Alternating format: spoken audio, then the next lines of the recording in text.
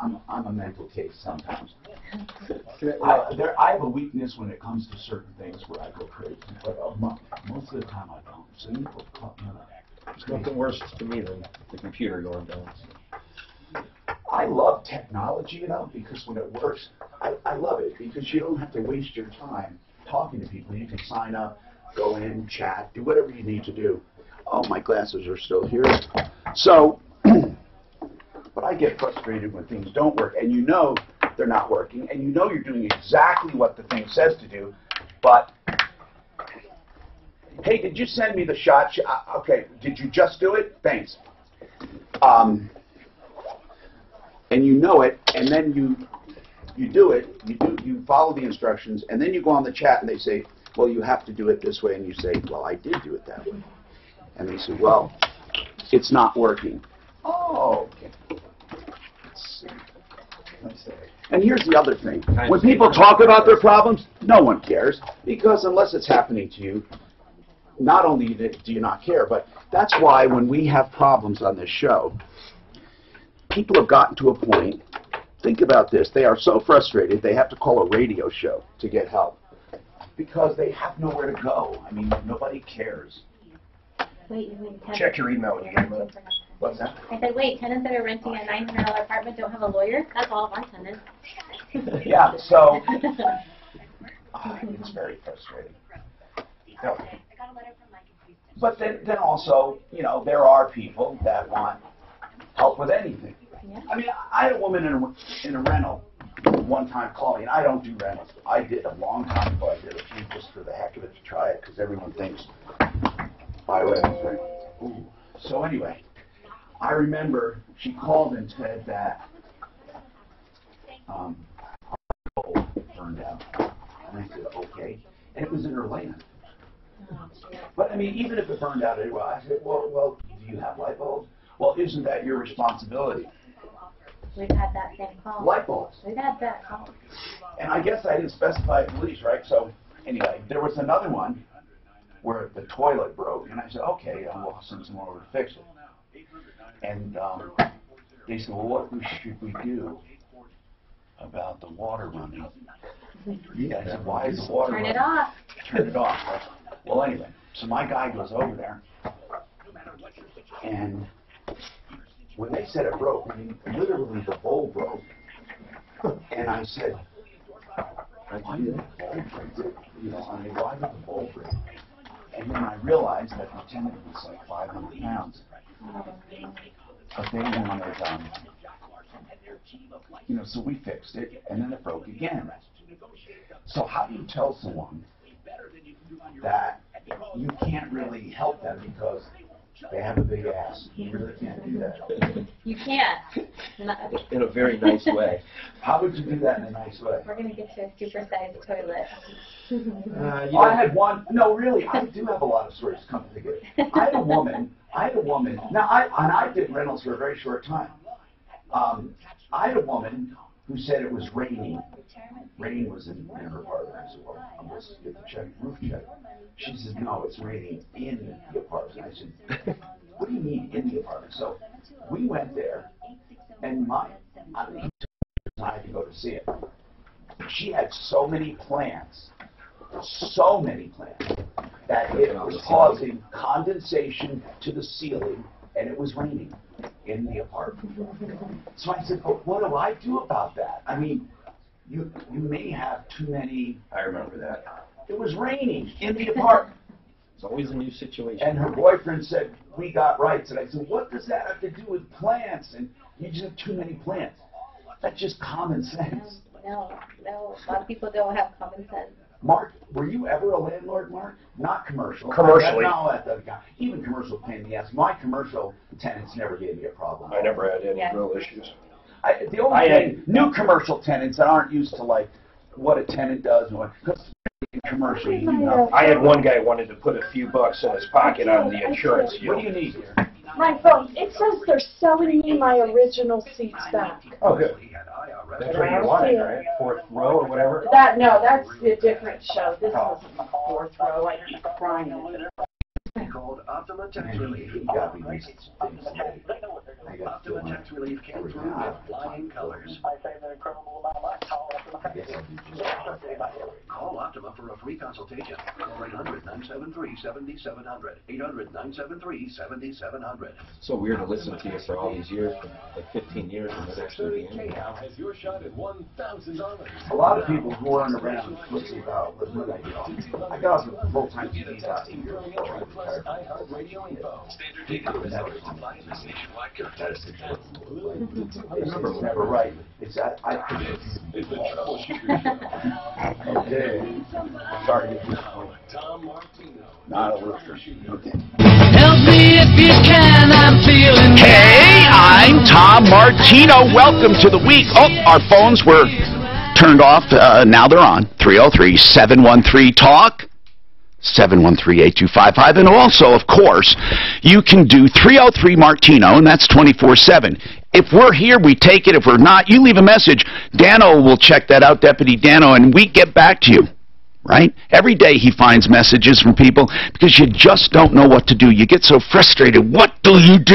You can call 303-MARTINO and just unload. You know, sometimes we can't help you, but no matter what, when you call, there is help provided because we let other people know about the problems, and then you can get help from us and references. But the main thing is that we keep a catalog. So let's say, you know, there was a little glitch and somebody had a problem with an axle on an SUV. And big deal, right? But what if we get that call and then somebody else said, you know what, that happened to me, or someone else says, you know what, I got that noise, or whatever. We do what's called aggregating. We take those little things and put them together. Now, the internet does that too. You know, the days before the internet and radio shows like this, well, this show's been around 40 years, but here's the deal. Do you remember calling customer service? This is the greatest thing. It's almost like they're taught to say this. Has this ever happened to you? You call about a technical problem, mechanical problem, any kind of problem, customer service issue, product problem. And this was a great line I loved hearing. Well, I didn't really love it. Well, we've never heard that before. So you feel like, oh, it's just happening to me. How silly am I? It must be something I'm doing wrong. And they want you to think it's isolated. Thank God for the internet, because now we just Google it and can find out it's happening to a bunch of people. And then they can't hide and say, well, we've never had this issue before. So that's what this show does. It aggregates. It gives you support. It lets you unload. 303-713-TALK, 713-8255, and don't forget 303-MARTINO. Live on Facebook, live on YouTube, live on the iHeartRadio app, podcasts all over, including iTunes. And, of course, referralist.com is the headquarters. You can watch and download there. And then we have plenty of other affiliates around the country. And, of course, you pick us up wherever, just call us. Okay? Let's talk about your issue. And then we have what I think is one of the most important guests we could ever have on a show. Really. I'm going to tell you about it in a minute. I hope we get calls, but if not, I have a ton of emails. I think these guests, I think everyone in the world has come across issues that they handle every day. Well, I'm psyched to see who they are. Good. And I'm not going to do anything stupid for April Fools, so don't be waiting for it. But today, when I came into the office and went to referralist.com, oh my God. There was a giant photo that came up, and it said, "Don't get screwed," was the headline. When I went to referralist.com, now listen, this was not referralist.com/something. This was the main domain, referralist.com. I didn't even know you could do something like this. You know, screw with a domain for just a certain select computer or number of computers. So I think, whatever, some little wise guy, he altered referralist.com for those who logged in from certain computers and certain IPs. It made it look like the problem was universal, And I panicked, but I kept my cool. I didn't say one bad word, really, but I was like sweating. Yeah, right. I didn't say a bad word. I didn't think about it. I was just panicked. I was literally panicked. In fact, I was more stunned. I wasn't running around. I was like, oh, my God, what do we do? Anyway, when you went to referralist.com, if you happen to be on here, on this IP or whatever IPs he targeted, or I don't know how he did it, DNS or whatever, but it hijacked the domain for certain computers and substituted a headline, "Don't get screwed." And the pictorial were two giant people. Yeah, real big. Obese people. Naked. And anyway, they were... doing the deed. Okay. My God, it was so... And I thought, oh, no, who did this? How did they get into it? How did they hack the site? And the picture itself was disgusting, and the headline was disgusting. I'm thinking, don't get screwed. Actually, there was a little pun there. It was kind of fun. But I thought, how did this happen? I need to call who's the best expert. Of course, we have in-house tech guys. And so Mark let it play out and play out. Daphne said, oh, no. She goes on there, and then we're like scrambling. Suzanne wasn't there. I don't even know if she knew about it. I knew all about it. You knew it was going to happen? Yes. So I start to really panic. But Mark, though truly, I didn't say, really think about what I did. I was very, very, I didn't use many words at all. I said, what do we do? You have come a long way. No, I was just stunned. See, when stuff really hits the fan, I don't go nuts like that. I just like, oh no, and then I start contemplating, what do you do? I thought I played it pretty well. Oh my God, because Mark is saying, what do we do about this? And he got our IT on the phone, and then they were playing along, and they say, God, this is bad. And I'm thinking, they're saying it's bad. He says, well, our domain looks good. I don't know where they got, I don't know how they did this. And then he said, check our other sites. And the guy on the line says, oh man, they seem to hit some more. And I'm thinking, we have really been hijacked. And referralist.com gets hundreds of thousands of people a month. I mean, it really is a go-to site. It's the original list, right? So I'm thinking, this is going to be terrible. And if anybody does something on the news, of course, it's going to be terrible. And then Mark says, I have no idea why this would happen. I mean, it's not like it's April Fool's Day. And that's when he just cracked a smile. My heart was still beating. You know what? When you get scared or angry, even if it's fake, it has the same exact thing, right? Because even though he said it was fake, I laughed about it. I did think, wow, you did a very, very good job. Really good job. I never thought I'd get taken. But anyway, I would like people to tell me, I'm going to take your problems right now, I promise. Would you tell me the best April Fools you have ever had done ever that really, really got you? I'll tell you one we did on the news years and years ago. George Caldwell. These are people, you got to be a native almost to remember these names. On Channel 4, before we made the big giant transformation and started kicking butt, we had an anchor, George Caldwell, big, tall, red-haired guy. I don't even know where he is now. And Janet Zapala was the anchor woman. And we did something that was so ingenious on her. We'll let you know. And then I'll tell you about our guest. Let me get to the phone. So Jack has a really serious problem here. H&R Block 2015. What's going on, Jack? Hi, Tom. Hey. Thanks for taking my call. What's happening? Well, my wife and I filed our 2015 tax returns with H&R Block. And did you do it in 2016 as you should have, or did you do it, or 15, of course?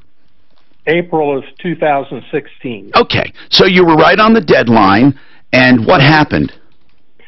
Well, we got a deficiency letter in July of 2017. Okay, so a deficiency letter meaning you simply didn't pay enough. Yes. When we went in, we spoke with the tax prep lady, and we said we want to put in, my wife has a business, we'd like to put in the maximum allowable contribution to her IRA account. Jack, without getting into why it happened, H&R Block, if it's their error, will pay the the penalties, not the tax you owe. They will pay penalties and interest if it is their problem because of their miscalculation or poor advice. But, no, actually, advice, when I say poor advice, I mean it has to be something that they did without really you approving. If you approved a contribution or anything, no matter what the problem, if you approved it and you got dinged, it's going to be hard. Now, what I want to know is this. What did it turn out that you owed the IRS? $1,541. And out of the $1,541, how much of that was penalty and interest?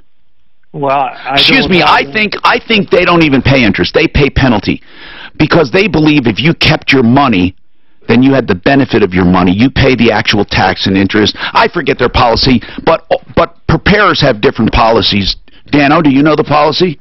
Oh, I thought you were pressing a button. Okay, so of the $1,541, how much was a penalty? Well, I don't know. Okay. And it was a result of understating income because you put too much in your IRA? Does that I don't need to know the process. Is that basically what it was? We did not. We gave them the exact figures. Yeah. Prepared by our CPA. Right. And what did they do wrong, Jack? What did H&R do wrong? They used wrong formula. Okay. Calculated incorrectly. Okay. And consequently, we over contributed. I get you. Okay, and it was based on them, so they should plainly see it was their miscalculation. So hold on, let's figure out what we're going to do. I might have misfingered that. Jack, if you got disconnected, it wasn't intentional. Hold on or call back. Suzanne, can you get Jack back on, please? I think I got Jack off by mistake. 303-713-TALK, 713. What are you dirty-minded people? I just hung up on him.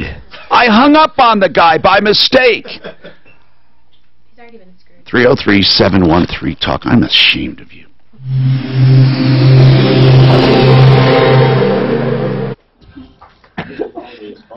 Did you see that email I sent you? No. 1 minute, cooler long. I'm being That dead was serious, good. dude. That's this Friday. It was pretty cool. Mine was in the gutter too? It was, unfortunately. I love when I hear you guys laugh in the background, actually. That makes everybody laugh more. Mark is very childish on this. Everybody kept calling you Tom last week. Was that last week? That always happens. It was so funny. Everybody kept calling you Tom. Okay, guys, from time to time, 20 seconds, I'm going to do a commercial. 20 seconds. You'll know the mic signs, I'll tell you, but also you'll hear this to go away. Tragic and winter, right? 30, that means the mic's on. This month at Napa Auto Parts stores, get a 5-quart jug of Napa Full Synthetic Oil, plus a Napa Platinum Oil Filter for $21.90. Quality parts, helpful people. That's Napa know-how. Let's talk about John Fuller Law. Here's what I love. Let me just sum it up. If you are in an accident, there's any injury or discomfort involved on either part, you need to consult an attorney. Of course, take care of medical stuff and all of that, but you need to consult an attorney. The great news is you get free advice from John Fuller. If you're in an accident, you need help, you have questions, ask him. If you need an attorney, he can represent you, but he only collects, if you collect John Fuller, Fuller Law, 303-597-4500, 303-597-4500, free advice. Cranberry. Kids are giving their parents the business when it comes to cereal. Mom, Dad, we need to talk. Okay. Our cereals have way too much sugar. So I bought this box of Cranberry. It has less sugar and it's super yummy. Any questions? Yeah, how did you buy cereal? You guys can get up and move around. Other questions? Take a picture for me. Tommy, Tim emailed me about your water. Get a cap on it. Oh my goodness! I forgot about it. Cranberry.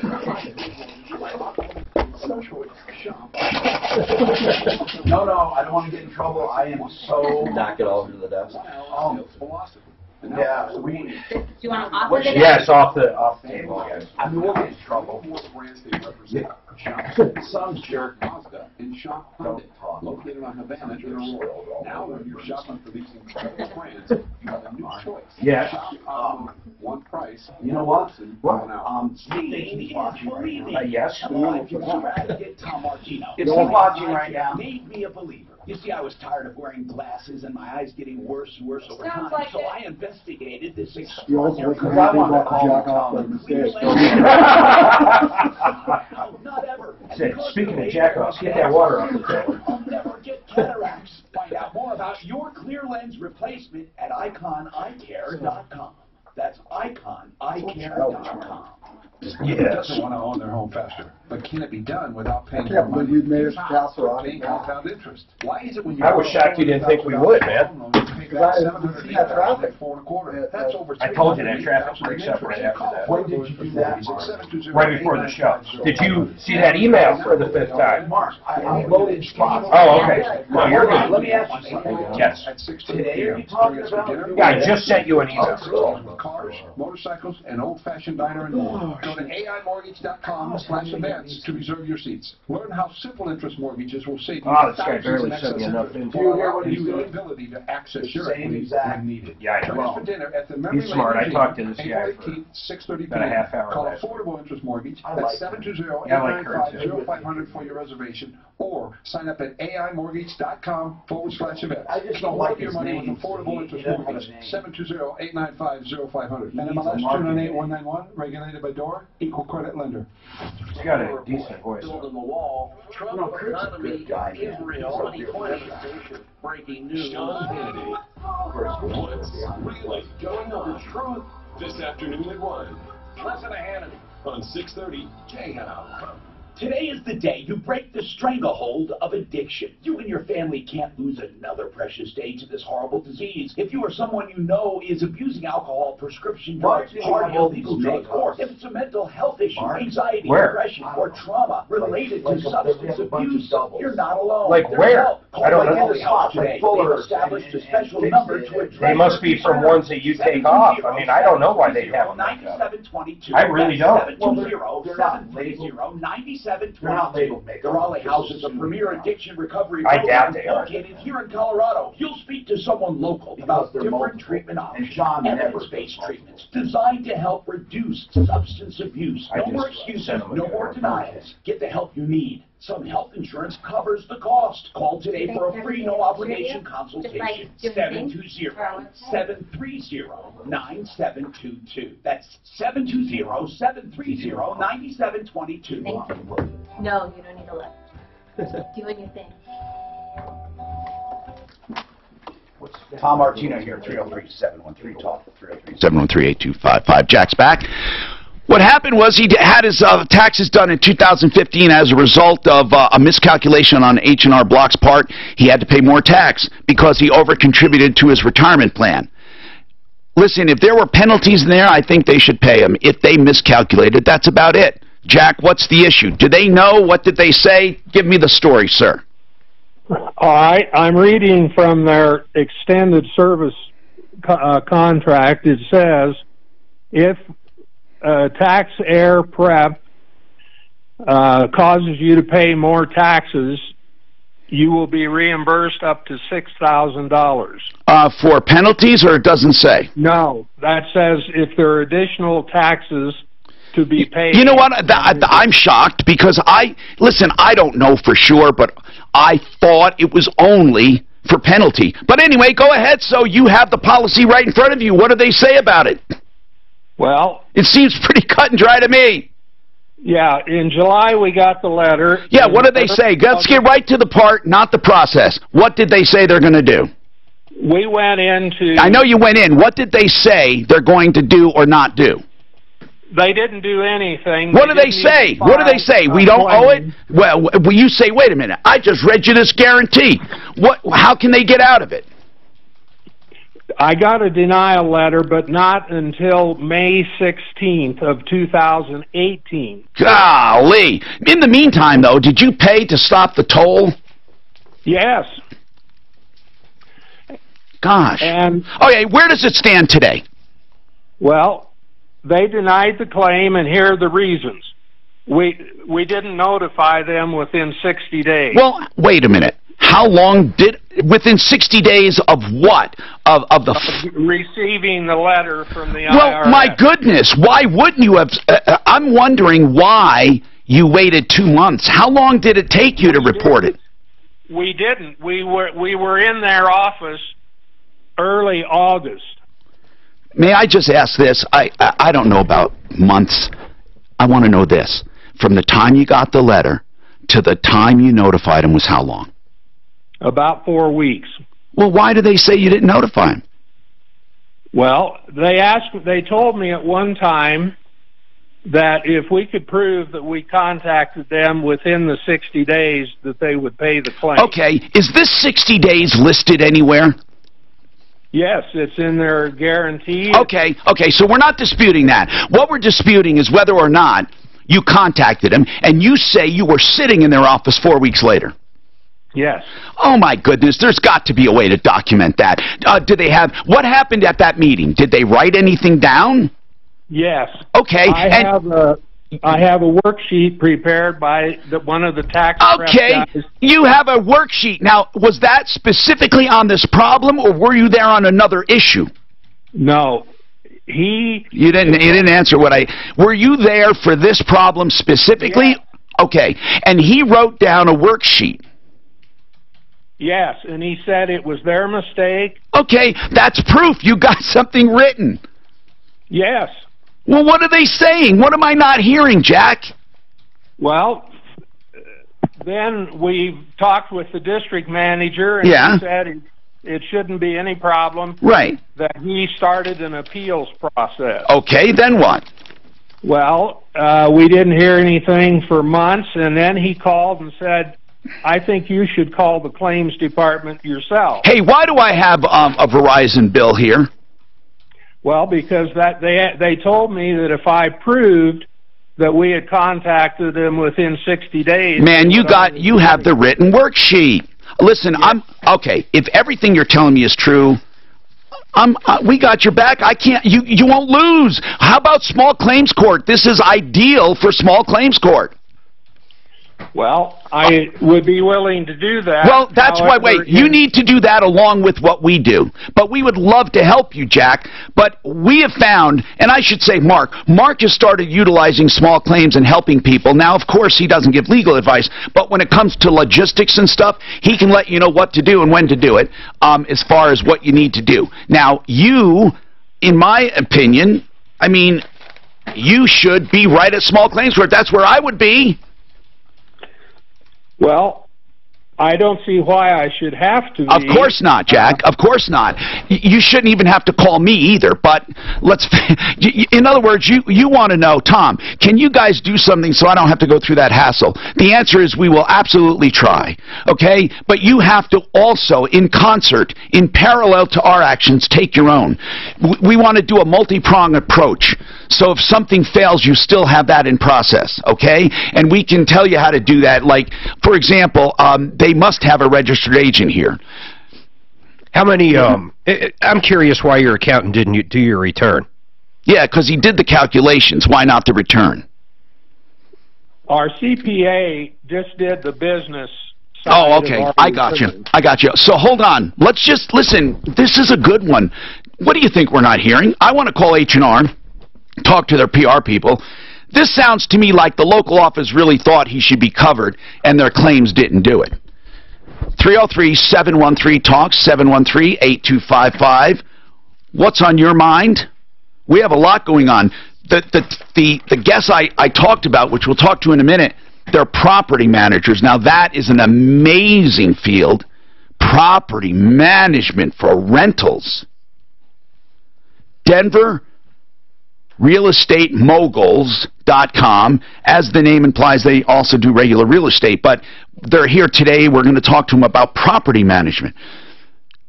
A very quick question, guys, before we go to break. Do you do property management for individuals or only large groups of owners or stuff like that? What do you do? No, individuals as well. Okay. Pretty much everybody. So anyone, Sean is here, and he's with Tasha. Sean, so anyone that has a rental or 2 or 3, you'll do whatever. You'll do a management. Yeah, absolutely. Okay. How does it work? Do you take a percentage of the rent? Is that what happens? We do. We don't like to nickel and dime our clients to death. We don't have hidden fees. We don't add anything to, maintenance, repairs, or anything like that. We don't believe in that. Our fees are 7 to 8% per month, and then we do charge a half month's rent when we have to find new tenants. When you actually fill the place. Right. Oh, there's nothing wrong with that. So, property management, big deal. Especially a lot of people think, hey, I want to hold on to my house, and I'm going to go buy something, or I'm moving out of state, but I want to rent. I'll bet you a lot of people do that, right? Do you get a lot of people that are transitioning from their primary residence to a rental? Yeah, absolutely, Tom. But most of them, what is most of your clientele? Are most of your clientele people who buy rentals or convert? What do you think? You know, I would say it's almost about 50-50. And then, okay, what about size of, I have so many questions. Like, what about size of client? Do you have mostly multi-unit clients or mostly single-unit clients, or a mix? Mostly single-unit clients. Wow. We do have, that's a lot of work. We did have a client that had, say, 30 properties in the past or something like that, but quite honestly, they feel like they have a little bit too much control over your company. So you're not one of these management companies that own that manage apartment houses normally? No, we pretty much have single-family homes for the most part. And so it works both ways. If people need help to manage, they can go to you. But the other thing is, if people need to rent a place, do you have a standing advertisement, or do people contact you ever to get places to rent? You know, we do get contacted by people for that. We don't personally offer that service, and, and it's pretty hard. Unless you need to fill one unit or so. I mean, you don't have a standing number or ad for places for rent. No, but we will try to help those renters out. We'll give them advice on how to look and where to look and things like that. Okay, I got a ton of questions for property management, both on the tenant side and on the landlord side. I mean, because landlords get screwed probably more than tenants do. We got more coming right up.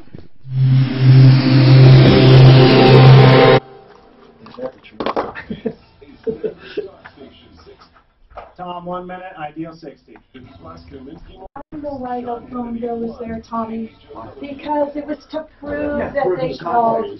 I forgot all about that. It's like, oh, Dad's calling on this one. I'm going to look at that.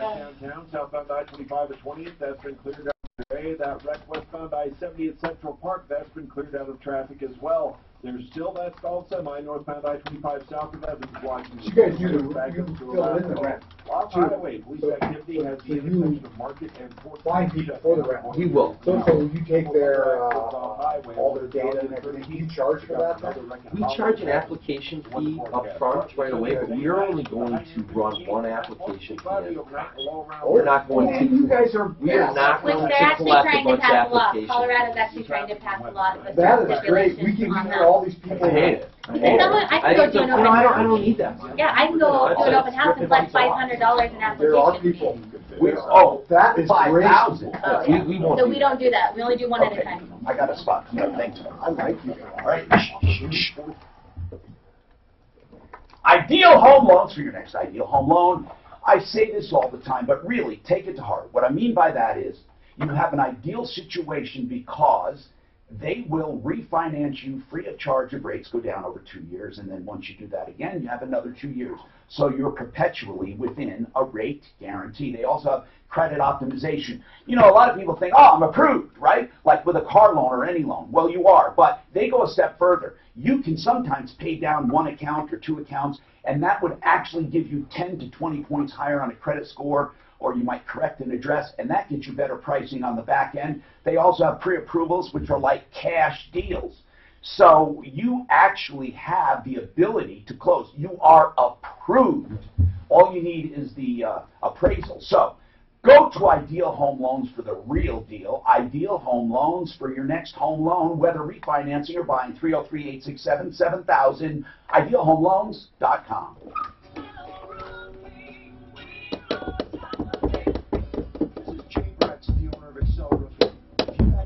That's one of our main complaints on rentals. What's that? Well, it's one of the main things we brought up. No one's ever actually brought up what happens. I mean, people don't want to pay the application fee, especially when there's not a prayer they're going to be accepted. Right.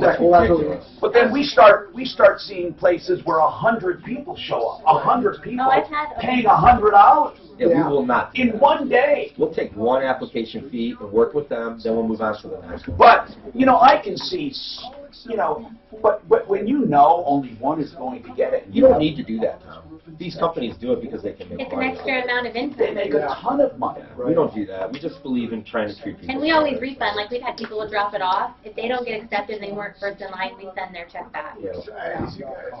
Yeah.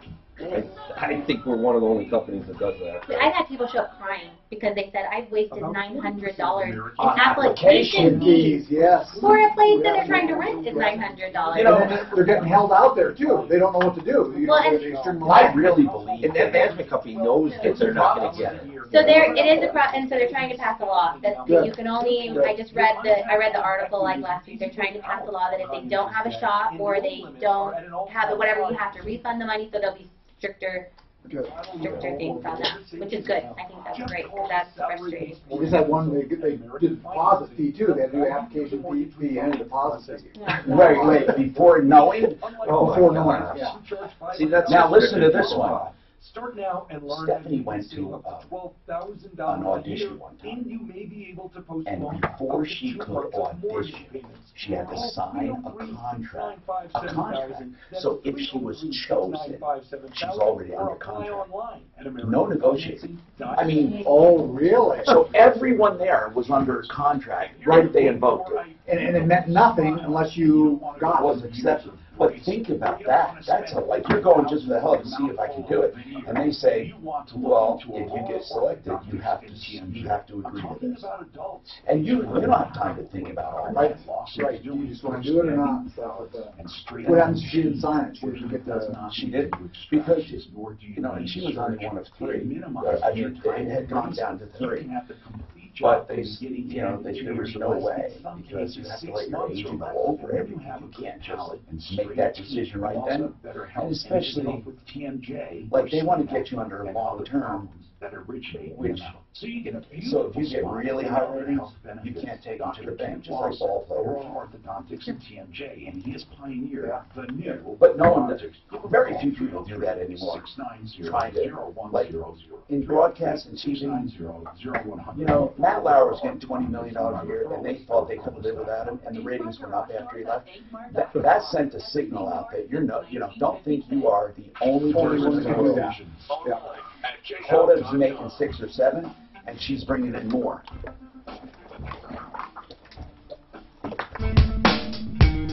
I'm Tom Martino. This hour brought to you by Frank Duran, therealestateman.com. The very best in real estate when it comes to buying and selling and taking care of his clients. I get calls from him so much I feel like saying, Frank, why don't you just move in? Because when he does a deal for you, he's just on top of it. On top of it, that's Excel's actually, Excel Roofing's slogan. But anyway, Frank Duran, therealestateman.com, 303-920-1622. We have property managers with us, and as suspected, I do have several email questions, but and you know we never do a single topic show, but I knew if we had any kind of a show where we could do one, it would be on tenant landlord stuff. So call about anything at all if you're a renter or a landlord or you're thinking about being a landlord. All right, 303-713-TALK. Let's go to Edward, who held before. I want to get him on. Edward, thank you for being patient. What's going on with your Medicaid? Okay. Tom, thanks for taking my call. My pleasure. What's going on, man? Issue I need to straighten out is I am getting conflicting answers to it. Okay. Anyway, here goes. Go ahead. I am a Colorado veteran. Yes. I also have Medicaid insurance. Yes. About 10 months ago, I got a bad pneumonia. How old are you, Edward? I'm 65 now. Okay. Now, you're not yet on Medicare. I am. Now I'm on Medicare. Then I wasn't. But you're on Medicare with your supplement being Medicaid, technically, right? I guess so. That's kind of how it works. Anyway, go ahead. Anyway, I would not have made it to VA hospital, so I got a ride to Denver Health. They gave me CPR and put me on a ventilator. They were notified I was a veteran the first day. I stayed there 2 days before they sent me to VA hospital. The bill was sky high for the 2 days, okay? As I also had Medicaid, VA denied paying the claim because I had Medicaid. I can appeal the denial. So wait, who? VA refused? Yes, okay, they did. But VA is taking care of you as at the VA hospital when you were there, right? Right, correct. So how much is that issue here? Are you talking about the bill? Yeah. It was over 60 grand. Okay, are they trying to get 60 grand from you? No, here, this is my question now. All right. Okay, Medicaid paid the claim. My question is, do I have to worry about Medicaid coming after that claim when my estate is settled? When your estate is settled after death? Correct. Medicaid only subrogates. Well, hold on. That's a very good question. I actually want to ask John Jones at Integra Insurance Group. I want to ask this simple question on reimbursement, because Medicaid does get reimbursement for some things. And if there's a lot of equity in your home, it's not counted against you for eligibility because only income is. However, that is a good question on estate purposes. How much would your estate be worth if you added up all the assets and subtracted all the liabilities? What would your estate be worth? Give me a number. Probably, $325. Okay, and the bill that you're at issue now is 60, and but that question would go for Medicaid on any bill. Why just this one, right? I mean, if Medicaid is going to do a reimbursement, it wouldn't be just for this. Why did you think about it now only? Because it's so big? Well, no, somebody gave me the idea that this is going to take place, you know. Well, it's called subrogation, and you know what? I would normally say no, and that's flippant, no, because you do have VA. But I would think if they're going to subrogate, they would subrogate against VA right now. But hold on and let's ask. Okay, Jared Quas is with Integra Insurance Group. I'm hoping I'm saying his name right. Doesn't matter right now. Jared, hey, we have a very interesting question. When does Medicaid subrogate against one's estate? I mean, let's say for eligibility purposes, you don't have income, but you have a house and it's worth a ton of money. That doesn't keep you from getting Medicaid. They only go on income. But let's say they paid for something really big, and you die. Do they subrogate against the estate? It depends if you're on long-term care Medicaid or regular Medicaid. If you're on regular Medicaid in this case. It should not, no.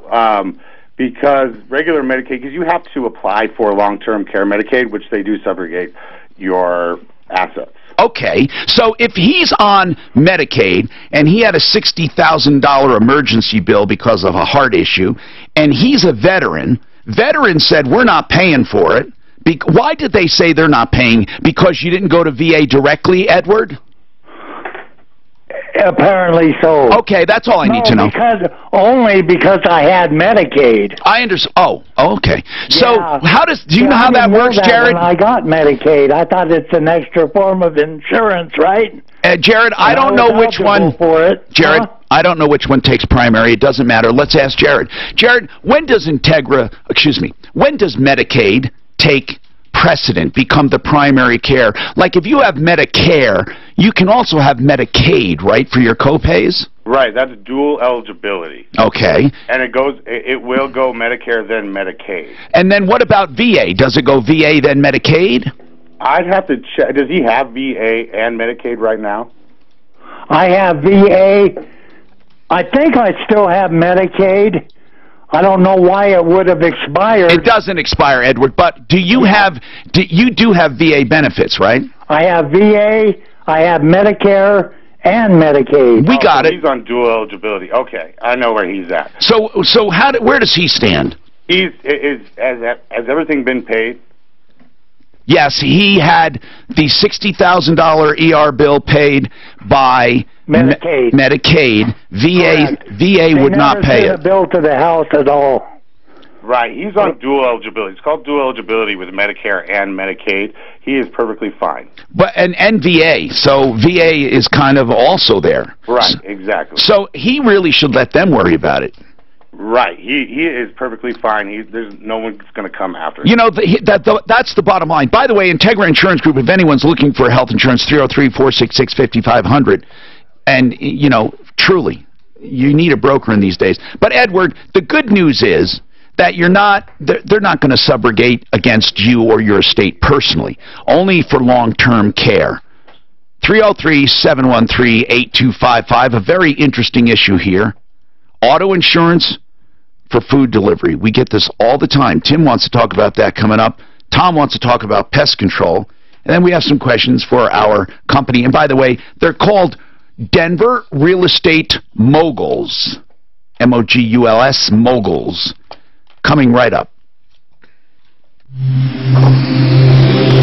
All right, look at that email. I just want to make sure you're good with that because it's Car Friday. Man, I would have thought that guy was 80. I have a brilliant idea. You may not like it. Let me guess, we're going to give away a car to a No. homeless Those person. little lids that No have insurance. the little pop-up thing. Nipples. Yeah, nipples.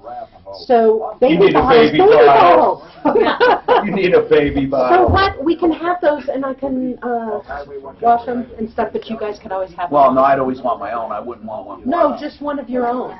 No, that's a great idea. But they're more expensive if you No, buy them. I refuse for him to be drinking out of a baby bottle. It's not happening. That would be fun.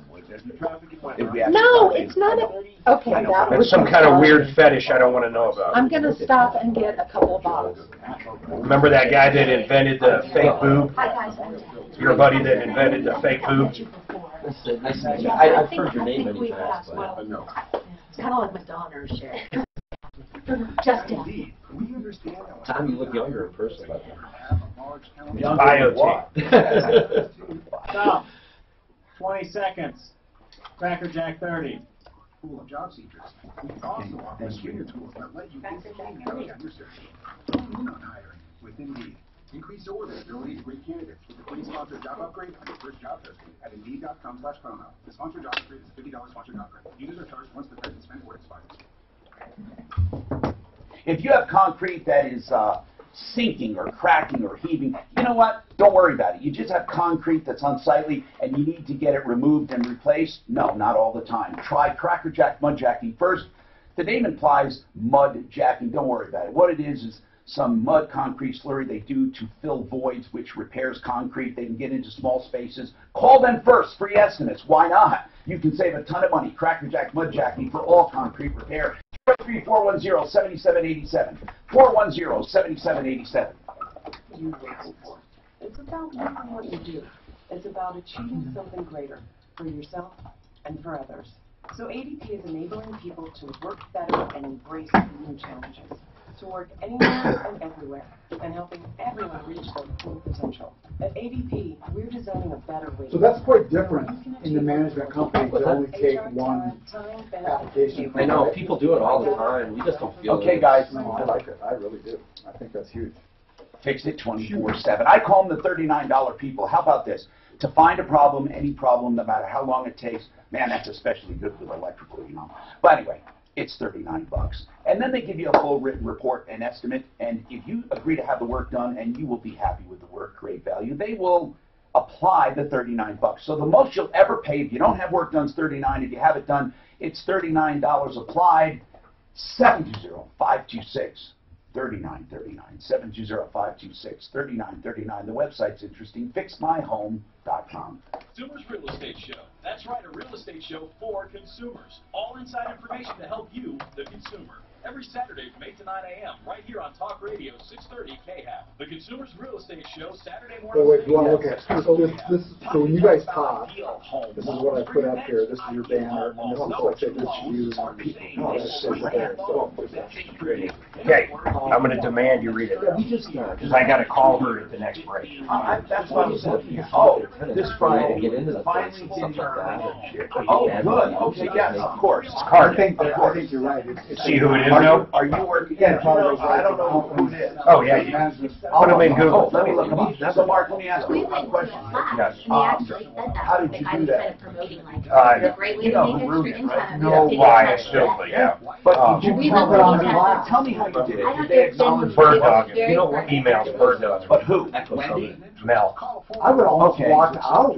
Saying, what a scumbag. Yeah, we looked at each other. No, like, she was no. kind of And I mean, you tight-lipped. even raised your hand and said, no, that's What did you, unethical. Like, did that's, she seem like happy you were I doing think it? so. No, it took a while, man. People think that would be It took a okay. while, like 6 months.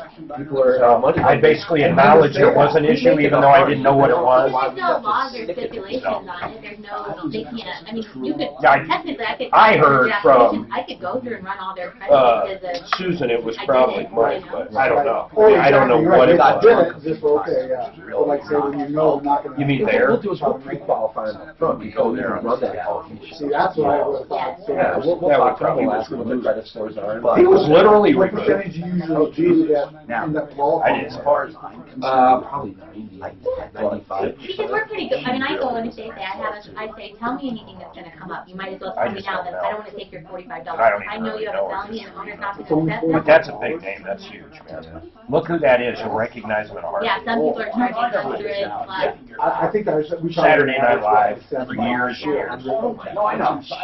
Yeah, no. He's got a lot of great stories about Robin Williams.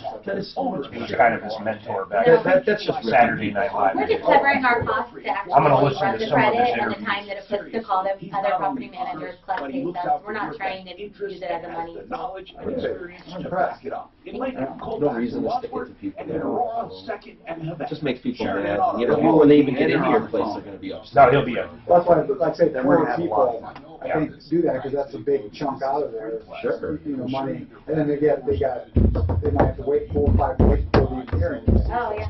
Yep. Well, that's what most people that come in say, no one's even called me back. Like, I put an application in here, here, here, here, and here. So we always go back to people and say, thanks for submitting an application. We went with the first in all right, line. come on. So, thank you for your application. Yeah, but we didn't run it. Did you ever say, We well, didn't keep charge it in them. the future? We just shot their We give them our website, say, if there's another property that works for you, let us know. So I've had people that I've run their credit and they didn't get approved for a specific property, and I'll even contact them 3 months later and say, hey, here's one that fits your income criteria better than this one, and they rented it. Good database, then. I'm Tom Martino. Welcome. Thank you for being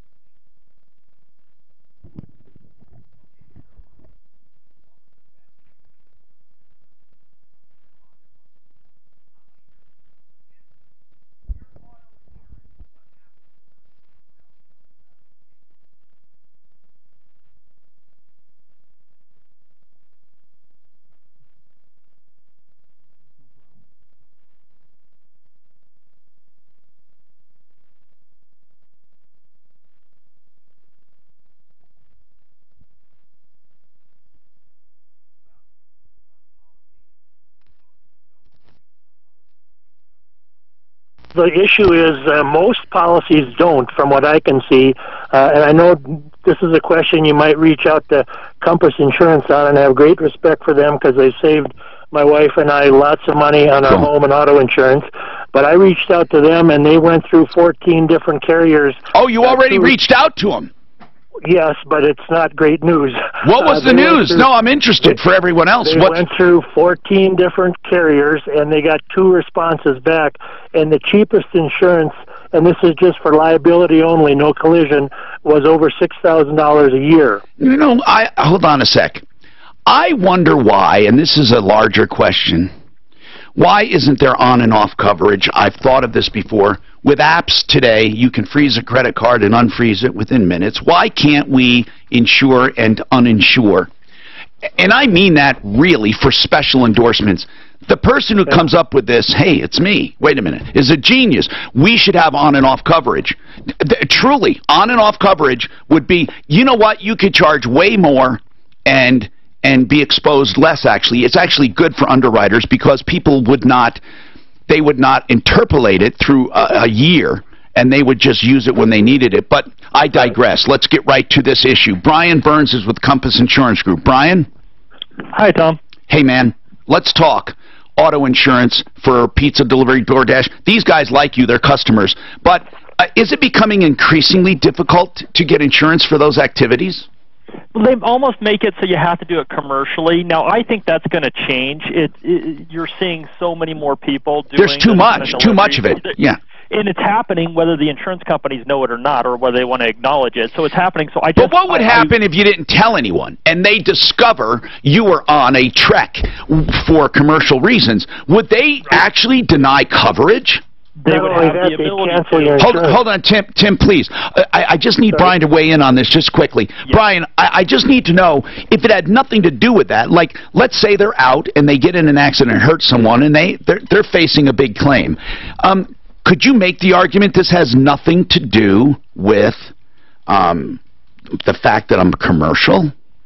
Well, if he's driving the vehicle for any other purpose, if it was personal use or going to work or whatever, that's not a problem. But if he's delivering, during the delivery, yeah, he has a problem. There's clear language in a policy that will exclude that kind of loss. So what are all these people doing? I know some of these kids I see driving around. I know that they don't have a $6,000 policy.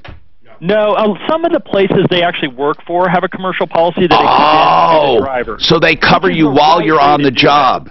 That's right. That's the right way to do it, because then they're covered while they're working for that place. But if you're looking for your personal policy to cover you while you're delivering, you're not going to find it. I don't have a single company that doesn't have that exclusion. Wow, I was wrong. I thought some do, some don't. Nope. Commercially, now you could do it, but yeah, when you're talking about actual delivery of any kind on a personal policy, there's language in those policies. They all use very similar language that excludes any kind of livery. Okay, I want to ask a silly question. If you had a commercial vehicle that you use and you write it off, and you were doing something personal, could the inverse be correct? I mean, could you end up in trouble because you were doing a personal mission? You were going with the kiddies to an amusement park. No, seriously, could you get in trouble? No, it's a great question. No, here's what you do: just kind of make sure whenever you get the policy written commercially, that you do put on there that there will be some pleasure use as well. So that rate is actually generated as part of the policy. Okay. I wonder how many parents have teenage kids that are, delivering pizzas or Chinese food on the weekends, and their parents have no idea what could happen. Right, and what you hope for is that those restaurants will have a commercial policy that extend. But you're right, Mark. We don't know that. Could you do this? If Tim had a clunker, can you insure one car and one car only for a certain activity? And absolutely. Okay. So would that save money? Yeah. I mean, what can happen is, let's say he has two cars, and then you peel off the one car and put it on a commercial policy, which is the way you would do it. The problem is his other policy, the personal auto policy, would then go up because he no longer has a multi-car discount. So it actually, you don't count multi-car means under the same policy. You get a discount for having commercial use vehicle. In other words, you do get some kind of acknowledgement, but it's not the same as having two cars on one policy. All right, so the advice is get the place to cover you. Tim, you called knowing all of this, so what do you want to say? What do we do about it, Tim? Most places that hire drivers that use their own cars do not carry insurance that covers the driver. Some of the places like Grubhub or DoorDash may have some limited coverage where it's only covering you when you're on your way from the restaurant to the delivery, not when you're on the way back. All right, well, you know what? Here's the deal. Here's the deal. It's got to change. And this is one of those areas where things will change the industry, the real-life situations. We have more coming up, including all of your tenant-landlord issues, after this. Is your garage door making weird noises? This is Dave Logan. If you're having issues with your garage door... What time do we hit the tees? I've used Don's garage doors. 3? We'll hit... You have a headline at 11. That's what I meant. Yeah, 3? 3:30. Next time you need garage door repair, Here's the thing, and this happens, when you become successful, okay, what happens is, and it's an actual, I've tracked it, you get such a response in the audience that they increase commercials. Then what happens is the increase in commercials drive people away. And not all, not wholesale, but it dwindles. And then, because of it, your commercials have less impact, and then you have this cycle. And it really is the cycle of success. Success does bring a bit of adjusting with it. So you have to find that happy medium. It just seems like they're faster when I'm in here as opposed to This show is listening the on most the radio. sold show. as far as free, I mean, we just are sold out. How much is a commercial to run? It depends on how much you buy and how long it is. If you bought just Tom Martino Live, just this show, and you only bought one a day, it would be expensive. Well, when I say, let me give you ideas, okay? I think the most you'll pay is $250, and the least you'll pay if you bought a shitload would be, I don't know, $100 or so. Not including the endorsement. Oh no, right? That's not that's just airtime. So here's the deal. It depends on obviously how much you buy, but you'll never. So I think we might do it at rate too. Yeah, and yeah, there are specific ideas I have for what you do. You don't have the kind of thing that has to be saturated. Some have to be saturated because of competition and because of like need. There's so many people needing it at any one time. With you, what you need is what I call a top-of-mind recall for situations. So you need more of an educational spot than a call now spot. Sure. Okay. And when you educate people, they become educated to a point where they think about you automatically as opposed to the next one that comes along. It's like, who's that guy Martino talked about? Even if it's not, even if it was only one, you wouldn't do one a week, but if it was only, it's who did he talk about, and it's a top-of-mind recall as opposed to the last one they just heard. So yours is a totally different category, which is a good thing. An educational foundation basis is a good way place to do it. Sure, it's a really good thing. This is very enlightening. Oh, everything going on? Yeah, just seeing. You probably didn't realize all these calls were taken cold. No, I mean, I'm listening for so long. Like I listen to you guys every day, like almost the entire time if I can, you know. So. Because when we take the emails and the calls and everything, we just kind of prepare them a little bit, but we don't tell Tom anything. He takes everything cold. And Mark when he's on. Yeah, that's very cool. It seems so natural for you guys. Yeah.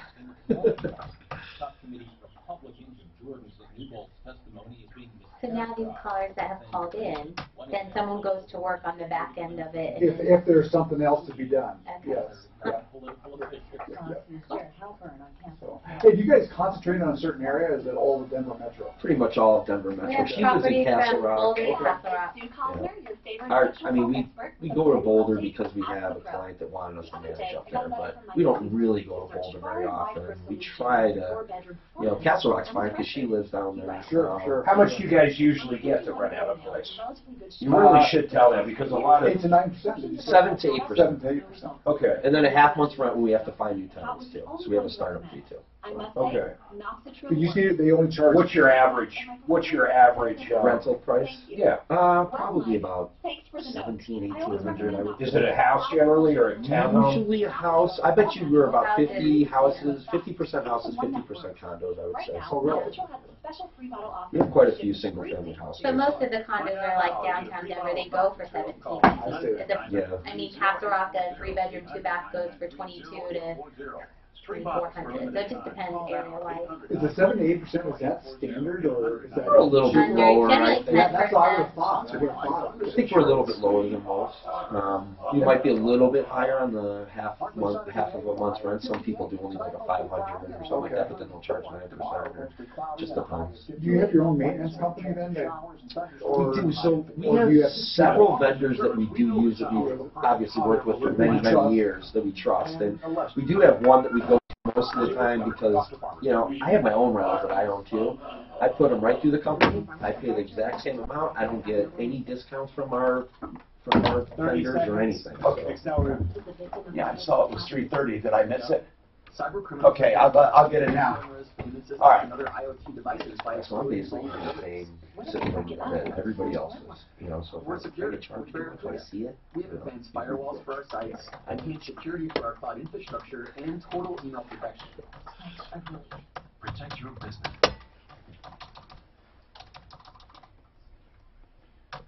You know what I say about Excel Roofing? It's one of the best run companies anywhere. Not best run roofing company, the best run company anywhere, the way he does things.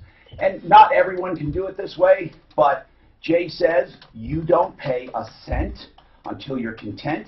He gives you an estimate. You don't pay anything. You hire him and then decide you don't want him. No penalties. You can get out at any time. The guy is genuine, straightforward, value, honesty, ethics, and the big deal is that he knows if you treat people right, they're not going to be bitching and moaning and trying to get out of a contract and yelling and screaming. So there are no penalties and no ironclad, this is it or else. You got to try the Excel way. They truly do excel. 303-761-6400. 303-761-6400. ExcelRoofing.com. You have a 1 in 2 chance. We can take steps right now to beat the odds. It's Baratunde Thurston, and on this episode of Spit, I sit down with Kim Roth, Tracy Brown, and Julie. So that client I told you we had 30 properties with, we separate with him because he was trying to be unethical. We just got a call from one of his tenants, this is a year ago, saying, keep in mind, even he just, everything from trying to make us rent the property with bed bugs, and we're like, we're not doing so much. We're like, when you know there's a problem. For sure, and trying to make us, force us to go in there and stuff, and I had to get many conversations with them, like, we're not doing that. And every single building that touches in that complex has to be treated before we'll go in there. How did you get into the business? I've been selling real estate. Yeah, at Devonshire and Cherry Creek for many years, and then I started managing properties for my own clients because I was dealing with so many bad property managers. And I had some experience managing a portfolio of properties in the past, so I just started doing it slowly, and then I got kind of busy, and I brought Tasha on about 7 or 8 years ago. My husband did real estate in California, so I ran his company. So when I moved out Does here, he still do real estate? No. No? No. What does he do? He does stuff like copier, printer, IT stuff. Do you have kids? 2. Yeah, 11-year-old boy, 8-year-old daughter. Help me if you can, I'm feeling down. Hello, I'm Tom Martino, and this is the Troubleshooter Show. Love doing what I do because we get to help people each and every day. And you gotta love that, right? 303-713-TALK is our number, 713-8255. You can read about me at referralist.com, about us. We love doing it. And again, One Clear Choice Garage Doors this hour brought to you by One Clear Choice Doors. A lot of people don't think about garage doors at all until there's a problem. That's really the way. No problem, I don't think about you. But One Clear Choice Doors will come out and do free inspections. Yeah. Of course, they want to be your garage door company. OneClearChoiceDoors.com. Let's keep going. We have some guests today on real estate. They're Denver real estate moguls. They do property management. The main thing, of course, they're brokers in their own right, but they do management for individuals, single-family homes, whatever, condos. If you want to rent it, they take care of the problem for a small percentage every month, and they don't mark up any repairs or fees, or they don't nickel and dime their clients. So, do you, though, have a host of people that you use, a stable of people? So, if I have a place, you don't have to think, who am I going to call for a repair? Any of you? We have Tasha and Sean. Sean, when it comes to repairs, you already have the people lined up, right? Yeah, absolutely, Tom. And I have my own rental properties, and we go through the exact same system as all of our clients. Okay. I don't get any discounts or anything. All right, so what you do is you manage for people. What is the biggest challenge if I'm thinking about becoming a landlord? If Joe and Mike, Mary, Sharon, they're all thinking about becoming landlords. They may want to keep their home. I'm not talking about financial advice, but I'm talking about tenant-landlord advice. What's the biggest mistake owners make when they go to rent a place? Tasha, what's the biggest mistake? Well, I think that they're too emotional. That's what we find. Really? Now what do you mean by that? That's interesting. They're too emotionally attached, and so they don't make good decisions. And so even Sean with his own rentals will tend to be more lenient or accept things that we normally wouldn't accept because you get the emotion. Oh, I thought just the opposite. Maybe they'd be nitpicking. Or we knew a woman who rented out her place, an elderly woman, after her husband died, and she would go in and dust. I mean, she would make sure that the people were keeping it just right and would holler at people for clutter. Yeah, that's back to the emotional thing. They're treating it like it's their own property instead of a business. Yeah, so there's 2 ways to look at it. They can be emotional. We had a landlord that we actually had to, we were getting emails from the tenant saying, she's knocking on my window. Yeah. So take that side out of it. We don't do that. And then also the side of, we just had a guy call us and say, I need you to take over management. I've let people stay in my home for 9 months without paying rent. Oh my God. What do I do? And so we step in. We would never let that happen. That No. would not happen under But our some people control. start to get to know people and feel bad, you know. Yep. Okay, so here's the deal. If you have any questions on real estate management, give us a call. Anything. Or if you're a tenant or a landlord, they've seen both sides. And I do have a number of questions, but do you want to become a landlord? Have you ever been a landlord, Mark? No, not residential. Okay. I think you would find it crazy. It's crazy how some of the problems. And I don't listen. I was a tenant in my life. I'm not saying all tenants are bad by no means. I mean, I think you got a lot of terrible landlords too. But it's amazing to me.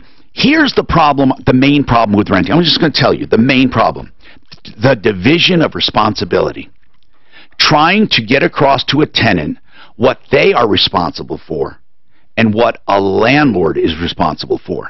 Sometimes tenants, if they're new to renting or they've been brought up a certain way, they believe that renting is like a hotel room. I mean, it's almost a concierge service, and it's not. Now, they do have different levels of renting, but that is, I think, the number one problem is the division of responsibility.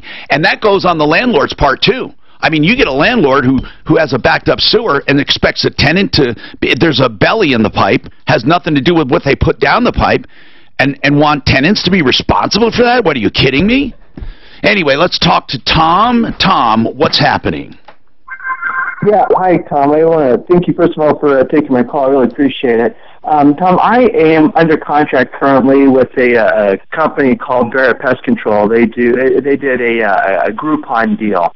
And at first, they were great to work with. They did a wonderful job. But then I found that over some time, they don't show up. I'd have different guys come out that don't know what they're doing. So what I ended up doing. Are you on a long-term contract?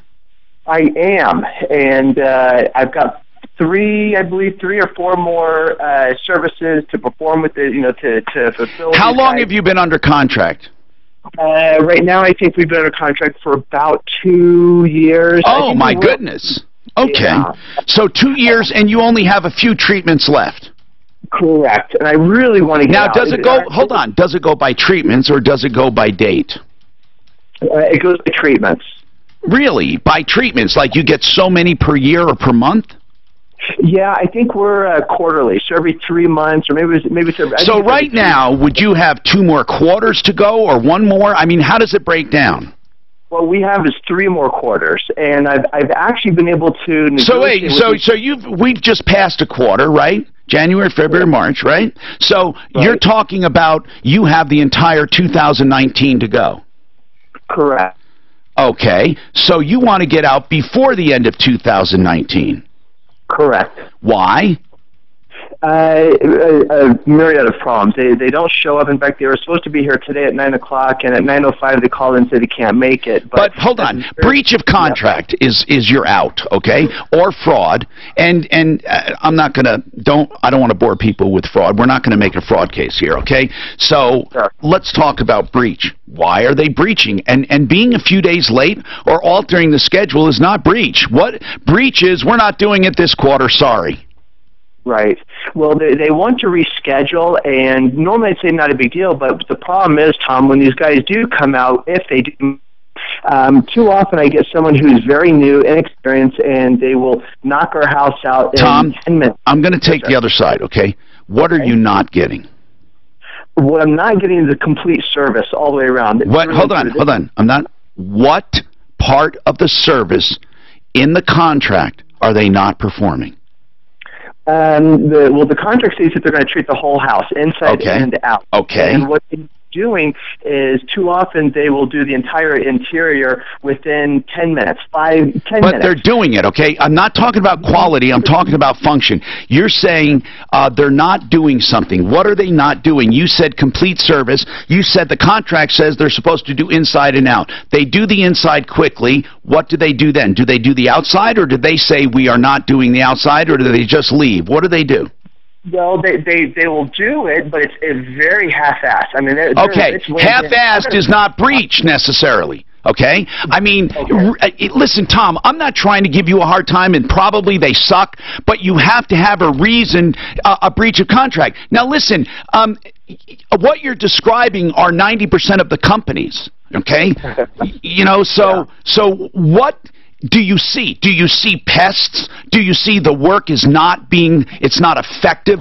Give me a solid something other than I'm just like you. I would want to get out to. I don't like them. They're quick. They're not consistent, blah, blah, blah. But give me something solid. Well, we've got a 4,500 square foot house. And there's no way you can get in and out in 15 minutes, top to bottom, inside in. They're doing it. Do you understand? Before a judge, think about arguing that, okay? Oh, Your Honor, we have these sprays and we go through and spray. I mean, is a judge going to say, well, you're not doing it right? I mean, they're not. They're going to say, are you doing the complete how? Yes, sir. Do you go room by room? Yes, sir. I mean, their attorney is not the judge. The attorney's going to say, what exactly, Tom? Well, listen, we've seen consumers eaten alive in court. Not that this would ever go to court, because it would burn up what you have left on your contract anyway. But you're not going to make a case for breach easily. They're not just going to say, yeah, you're right. We did this a little quickly. Have they ever stolen anything? No. Okay. Have they ever damaged anything? No, sir. Okay. They're just quick and dirty. Basically, that's it. You don't like them. Okay, I get you. You don't like them. How much do you pay for? How much will you pay for the rest of this year? What does it come down to? It's $130 per treatment, and we owe them another 3 more treatments. 130 times 3. Okay, so can you simply say to them, I do not want you back here again? What would they do? They've threatened collections if I don't complete it. Okay, so go through it. Just say, I'm not paying. The cheapest way to do this is not to pay. Because once you get an attorney involved, you're talking about $5,000, okay? For sure. Not maybe. You're talking about, for absolute sure, $5,000. Right. Okay, so let's talk reality. Don't pay. If it was me, I'd say, I'm giving you notice. You're no longer going to come to my home. I do not want you, period. And I'm not paying. So if you'll be denied access, and I'm not paying. That's what I would say. Now, they'll come after you. Fight it. Or just, you're not paying. I mean, that's your right. Well, it's also a lot more cost-effective to simply cut them a check for the $400 or whatever. Well, no, you could do. Are you willing to do that? That's easy. I mean, that's. I don't want to, and that's kind of the whole point. There is no legal answer for you. I could give you an attorney to give you a legal answer, except you have to find a breach. Blah blah blah. What I would do is not pay. That's what I would do. I'm not telling you what to do. I would not pay. And then turning over to collections, and then try to dispute that with Tom, bureaus? Collections work this way. First, there are threats, and then the biggest deal with collections are not the threats, but if they try to ding your credit, you're going to have to dispute that, and that's the biggest problem. Then very seldom do they go to court. They use a credit report as blackmail, but then once you go to court, they'll go to court for collection. And you can decide to pay at that time if they actually serve you, or you can just fight it right through to a judge and just say they have breached the contract, or they have not done a great job, or they didn't do the whole house, just whatever. I mean, you don't have magic choices here. There is no minister of justice looking down. God's not going to make a proclamation here that you're right. So and you'd be surprised how good, if they are ruthless, not many are, but there are some, they get a cutthroat attorney, and they can be ruthless. They can be. I mean, you're going to sound like a crook trying to take advantage of this guy with a sick child. Right. So it's a determination you have to make based on how strong you feel. You were hoping I was going to say what, based on clause number so-and-so of CRS 15-34 or something, you can invoke this and get out of it? You were hoping there was a quick answer, right? And by the way, put a lot of feedback online.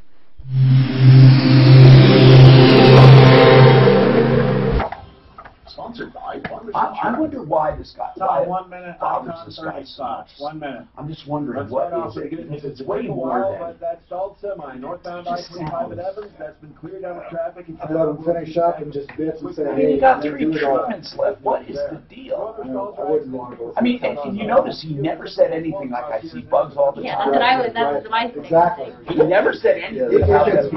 He just did the injustice. It's the injustice that they're not doing what he thinks they should He do. just doesn't like it. Yeah.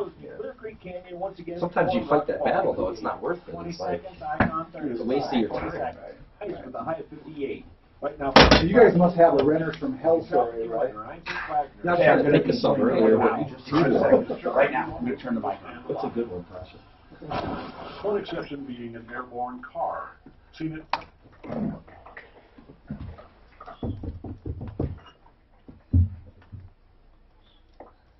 Icon Eye Care, it's a center for eye health, and I mean total eye health. When my wife had an exam done because she's going to do the clear lens exchange, guess what? Woo, we found something, and that is a retina thing. They really are thorough. If you get a clear lens exchange, you will never need glasses again. You'll never get cataracts ever. And here's the deal. You'll have better than 20/20 vision in most cases, but you got to call for details. IconEyeCare.com, 866-GOT-ICON. Have to talk about it. one more spot in this break. Fix it 24/7, 30, and 1 minute. So you don't want me then? What? Oh, fine. We need life insurance, but all the paperwork, it's such a pain. Not with Ethos. It's tough to find a job without your criminal history, that's No, for sure. Ethos is life insurance for people like us. Like us. It's tough to find an apartment with a criminal history. Oh, boy. I feel bad. It's tough. I mean, but we can't really do much either. I mean, I our agree. owners don't want that. I agree. But especially if it's, Yeah, depending on It the depends nature on the of thing. the I mean, you know, drugs, violence. anything pedophile. oh. I mean, we've come across, you know, a 17-year-old boy. One time, he thought the girl was his age, and she wasn't. And he was 17. Okay. And he could Apply online in just 10 minutes. That's crazy.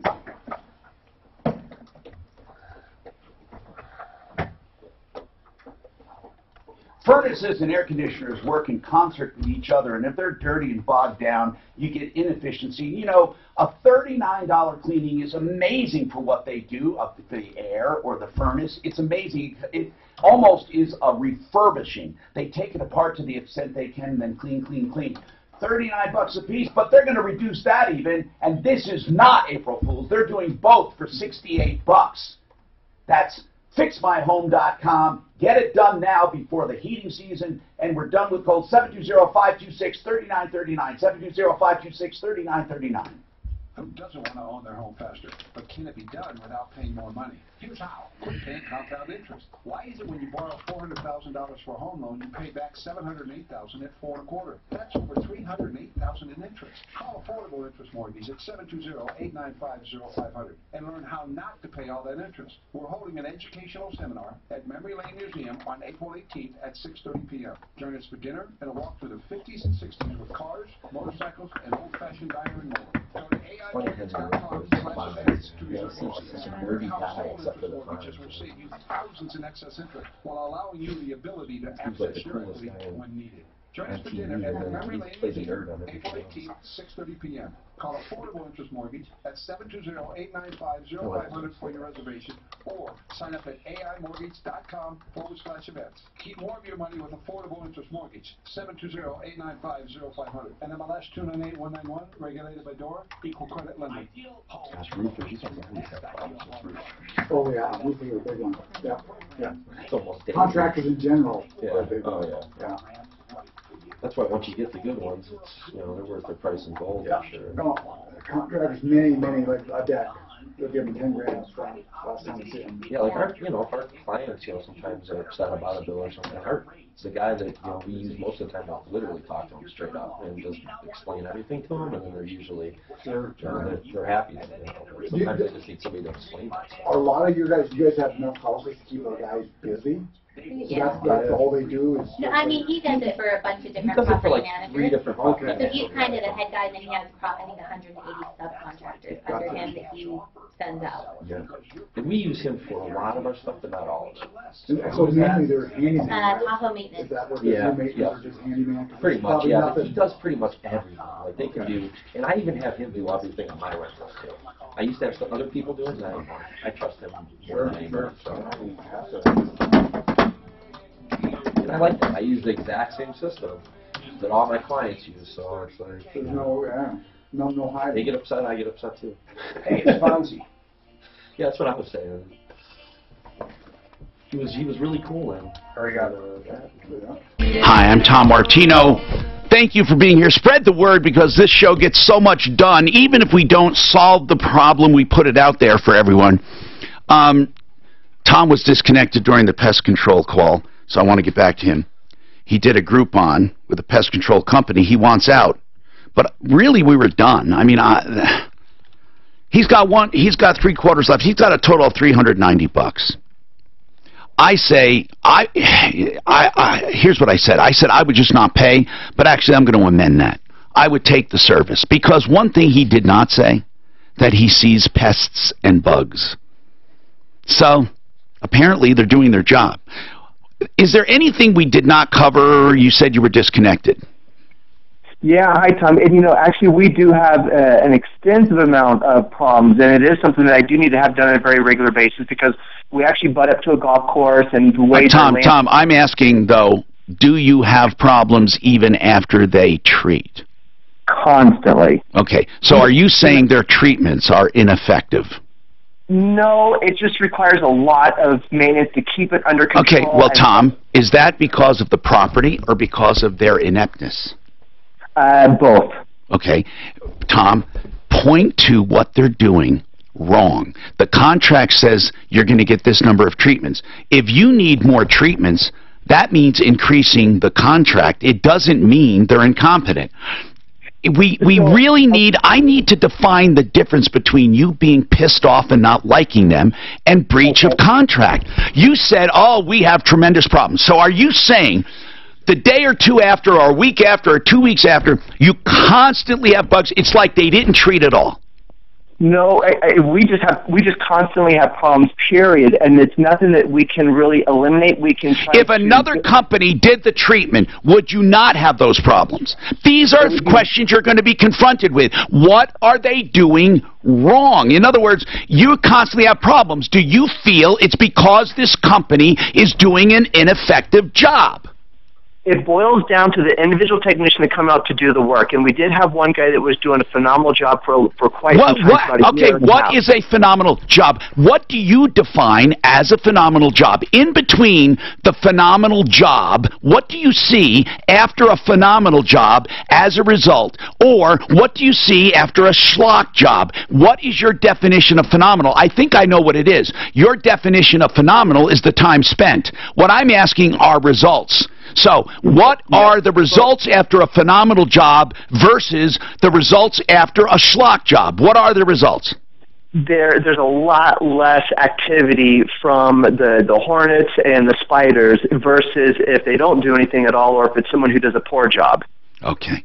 So if someone does a poor job, you can literally see the difference after that guy leaves compared to the guy that did the great job. You don't know that day. It usually happens over the course of the next couple of weeks, and even on the days they and you actually can measure the difference. You can see the difference.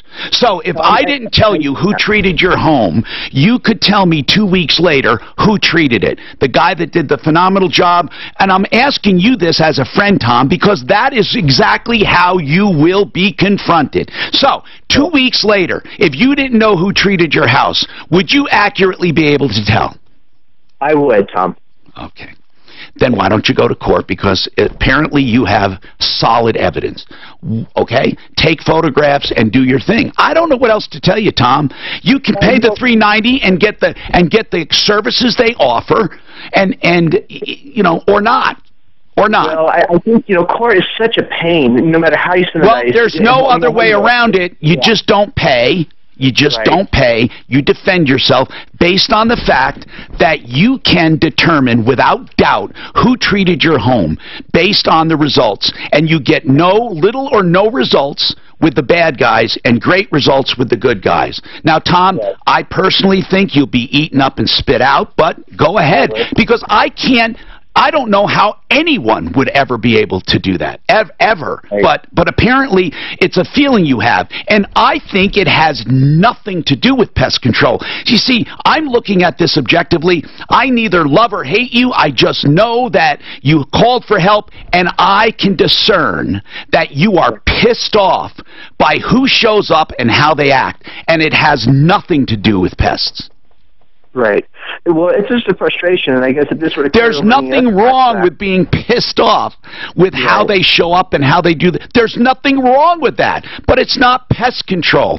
You know, so you have to work that out with the guy. You have to say, look, I want to have someone show up who does a good job. These guys are the ones I like. Don't send those other guys. They don't do a good job. At least contact them and let them know. We really have exhausted this topic. You either don't pay or you continue.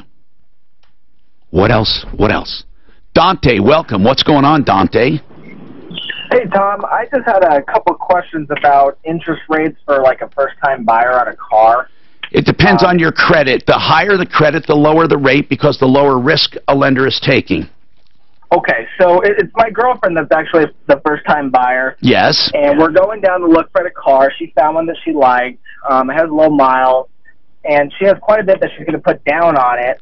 She has no rollover or anything like that, no trade-in. But I just didn't know what to expect. Okay, it depends on her credit. Now, I suggest she go to a private lender, a bank like Wells Fargo, and get pre-approved. I would not go. Okay, good. What did she get? What rate? So they're saying depending on, I guess it could depend on the amount and if there's any rollover. I told the bank, you know, it's going to be what it is. There's no rollover, but they're saying 7%.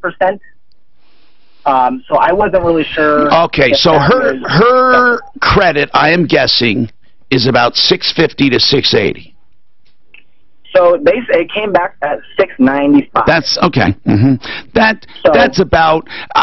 It sounds a little high. It doesn't sound abusive, but Mark, what do you think about that? That's right in there. Yeah. First time buyer, used car, 6.9. Yeah, it's right there. It's right there. Okay. So I know she has credit cards, but none of them are racked up. She's been very good. Why doesn't realize you're going to save more money if they do the financing, though? There's no arguing that. Wait, you're going to what, Mark? They'll save more money if that deal. Not all the time, Mark. Most of the time. Well, most of the time. What Mark's saying is this: they borrow at a wholesale rate and then mark it up, and they don't have to mark it up. Whereas a bank is not going to give you the wholesale rate. So if a dealer wants to move a unit, they actually can pass on to you some savings in financing that a bank won't do because you're a consumer off the street. However, if you're a consumer with a relationship with a bank and you do business with a bank, they sometimes will pass on some buy rates to you that are pretty low.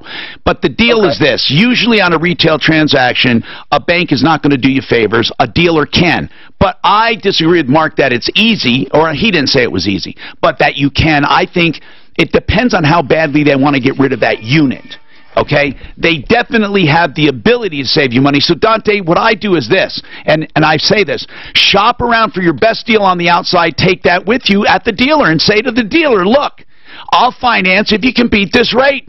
It's just that plain, man. So now you know, and just tell him, beat this rate, we'll take it, or we're going to go to the bank.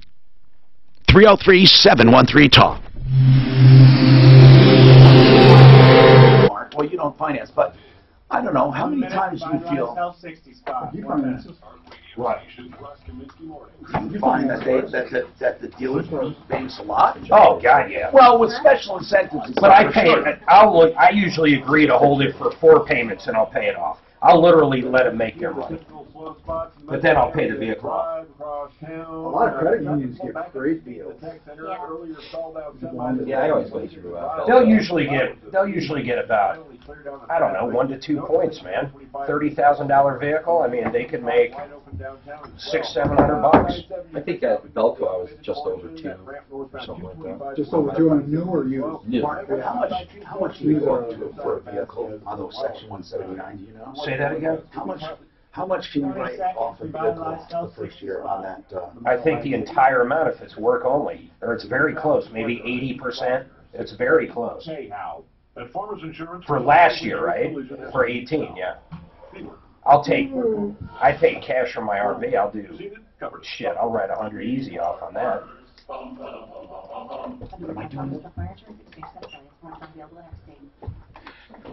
TheHormoneBros.com. That's a website that'll get you to revitalized health. That's really the name of their clinic. 3 brothers have this clinic out at 470 and 10 Carroll. They do testosterone, estrogen, thyroid, microneedling for, stimulating your collagen. They do thread lifts, a number of wonderful procedures. They are dedicated to defying age. They also have these shots that help you with weight loss and energy. Suzanne loves these guys. She goes there, Deputy Dan. A lot of people get BioT through them. They're a BioT provider as well. Check them out. TheHormoneBros.com. Really good people. 720-361-2302. 720-361-2302.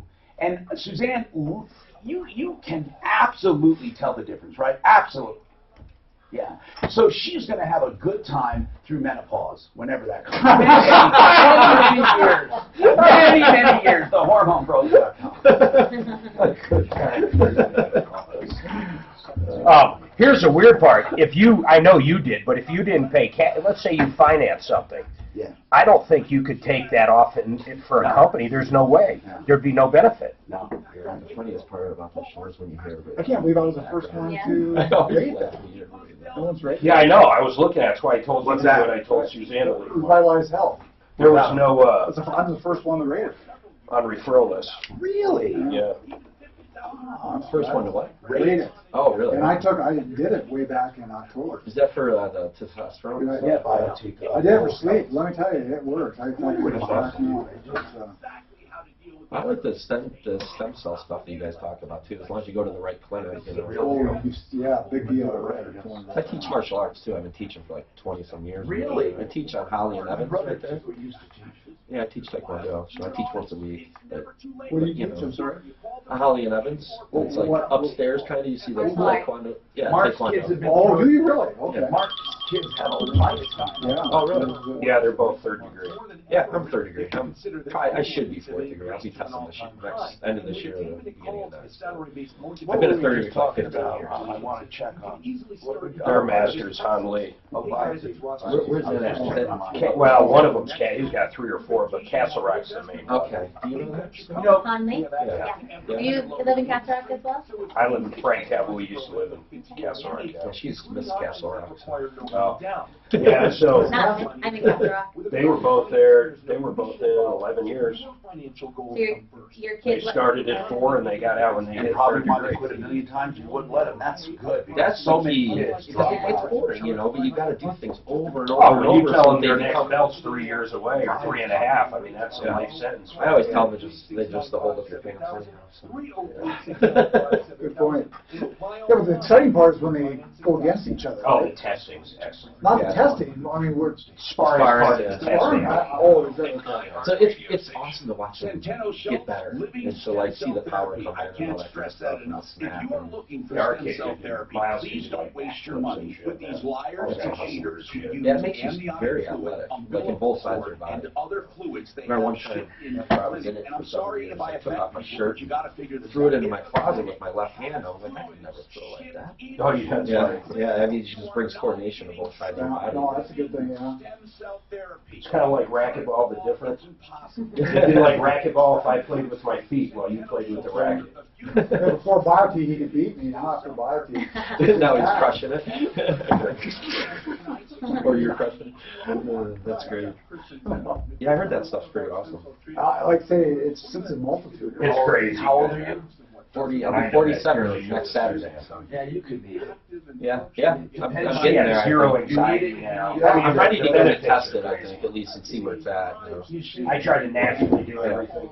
You do regular physicals, right? Yeah, I do. Once a year. So, good doctors will It talk keeps about your mood low. I see. Yeah, that's good. Hi, Tom Martino here. Welcome. 303-713-talk, 713-8255. Continuing on our trek to help people, let's talk to you and to everyone else. On property management, what about, this came up, so I took it because we were talking about application fees. How do you feel about application fees? We sometimes have people paying $100 each, and you can take 100 applications on a Saturday. So I'm not asking if you guys do it because I know you don't. But what about these places? I mean, have you seen offenders that do this $100 a pop or $50 a pop? If you have 100 people, that's a lot of money in one afternoon.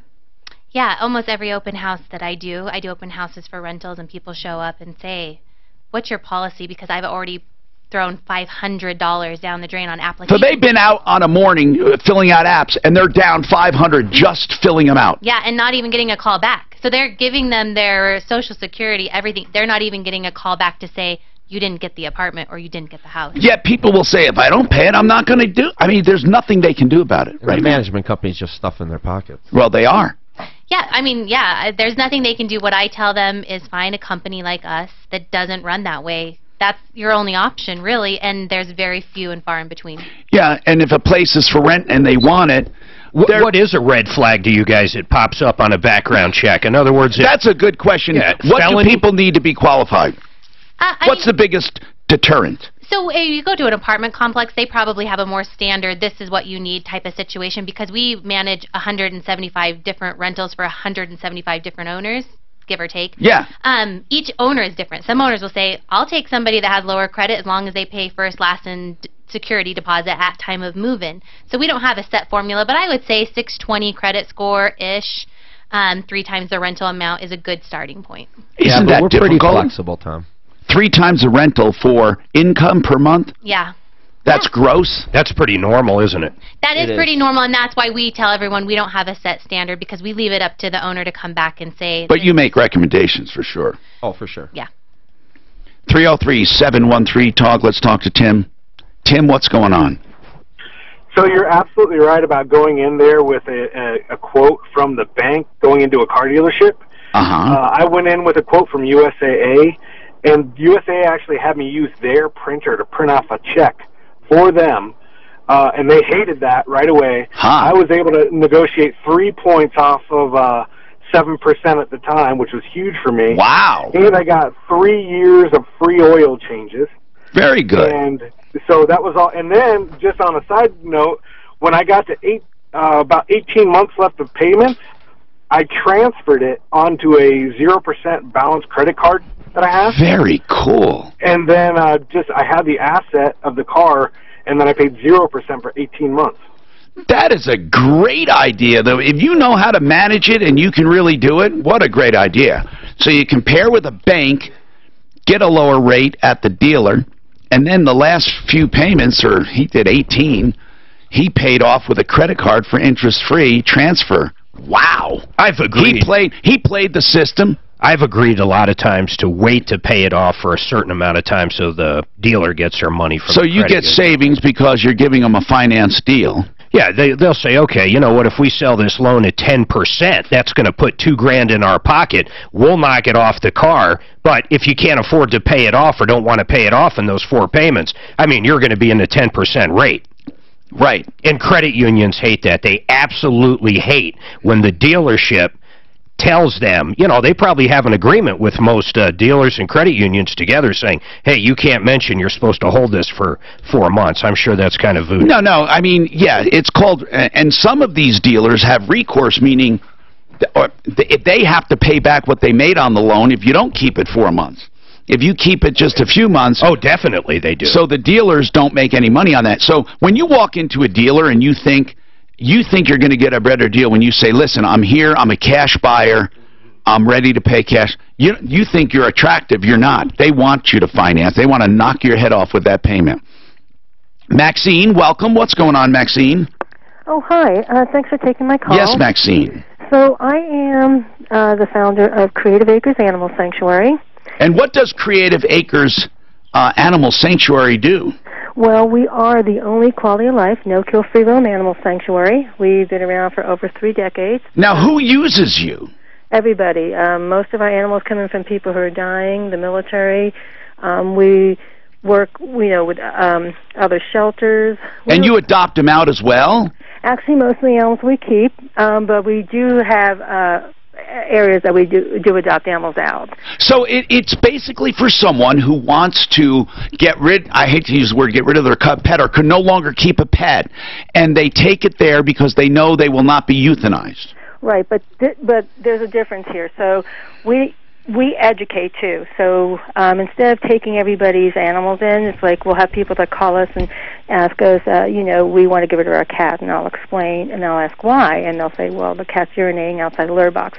So we give education and resources to people so they don't have to. So when you take in an animal, they stay there? Do they have a kennel? Do they have a dog house, a cat house? What do they do? Well, you've probably seen us on TV recently because they used to have lots of acreage. We were the ones that were just in the fire last year, the 300 acres that burned. Oh. Yeah, so we lost a lot of buildings, and we just had our anniversary this Saturday, March 23rd. I mean, it was big. It was like 66 firefighters and 4 fire stations and 300 acres burned in 15 minutes. But to get back to your question, the animals, they have large areas. So, like, say I have a gerbil, they'll be inside a chinchilla cage. So it's gigantic.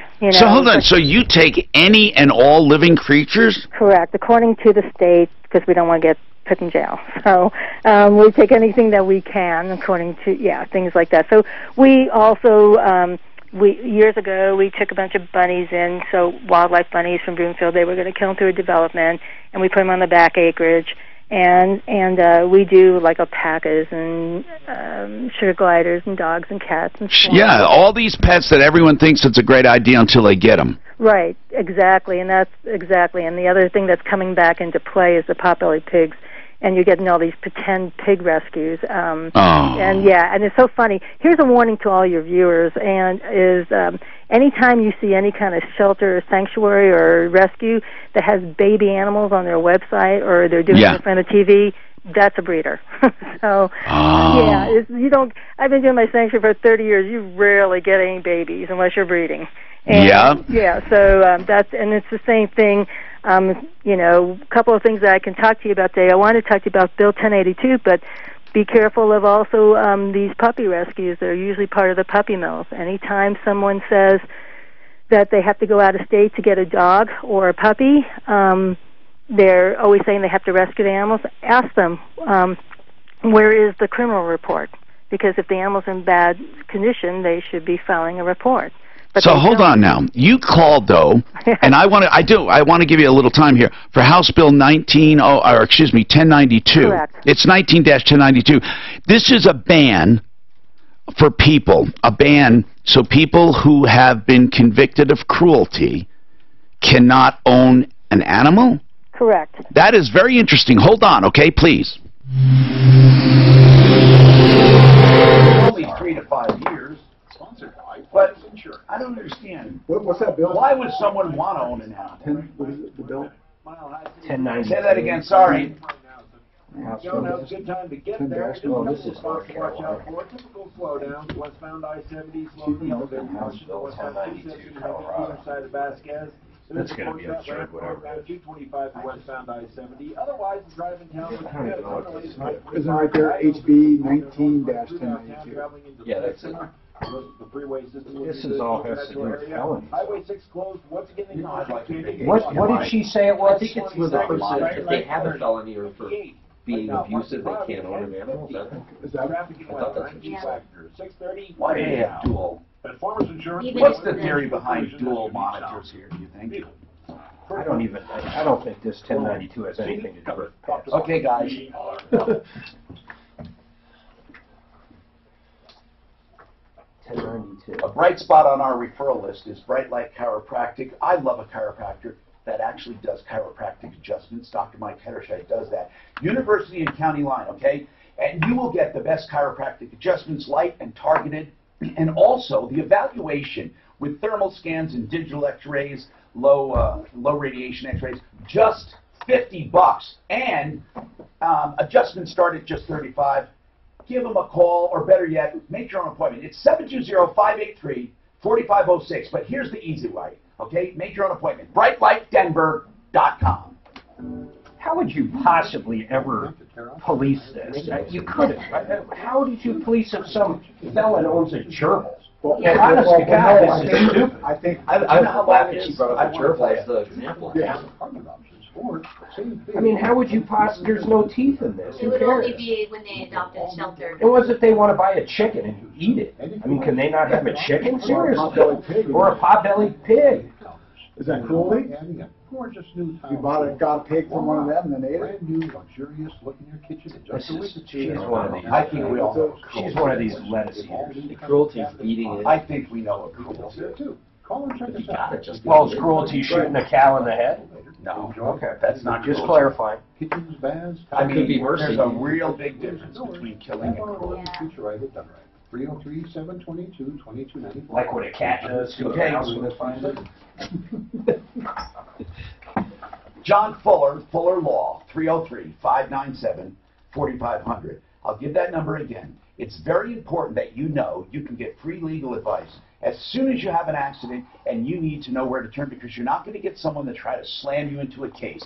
They will give you honest information, personalinjuryco.com, honest information. If you hire them, and it's fully no obligation, if you hire them, they take the fee out of what John Fuller collects, and it's that simple. 303-597-4500. All money managers might seem. Is your old producer Mike still drinking in the Caribbean or something? Hey, Ben, the lady on line one, her last name's the exact same as ours. You saying that on the air, I was But surprised. the reason I know this because a guy calls and says the animal lady, she's been involved in several lawsuits. Just be very cautious of her. So he didn't really want to elaborate. Who did? So I had Who to. didn't want to elaborate?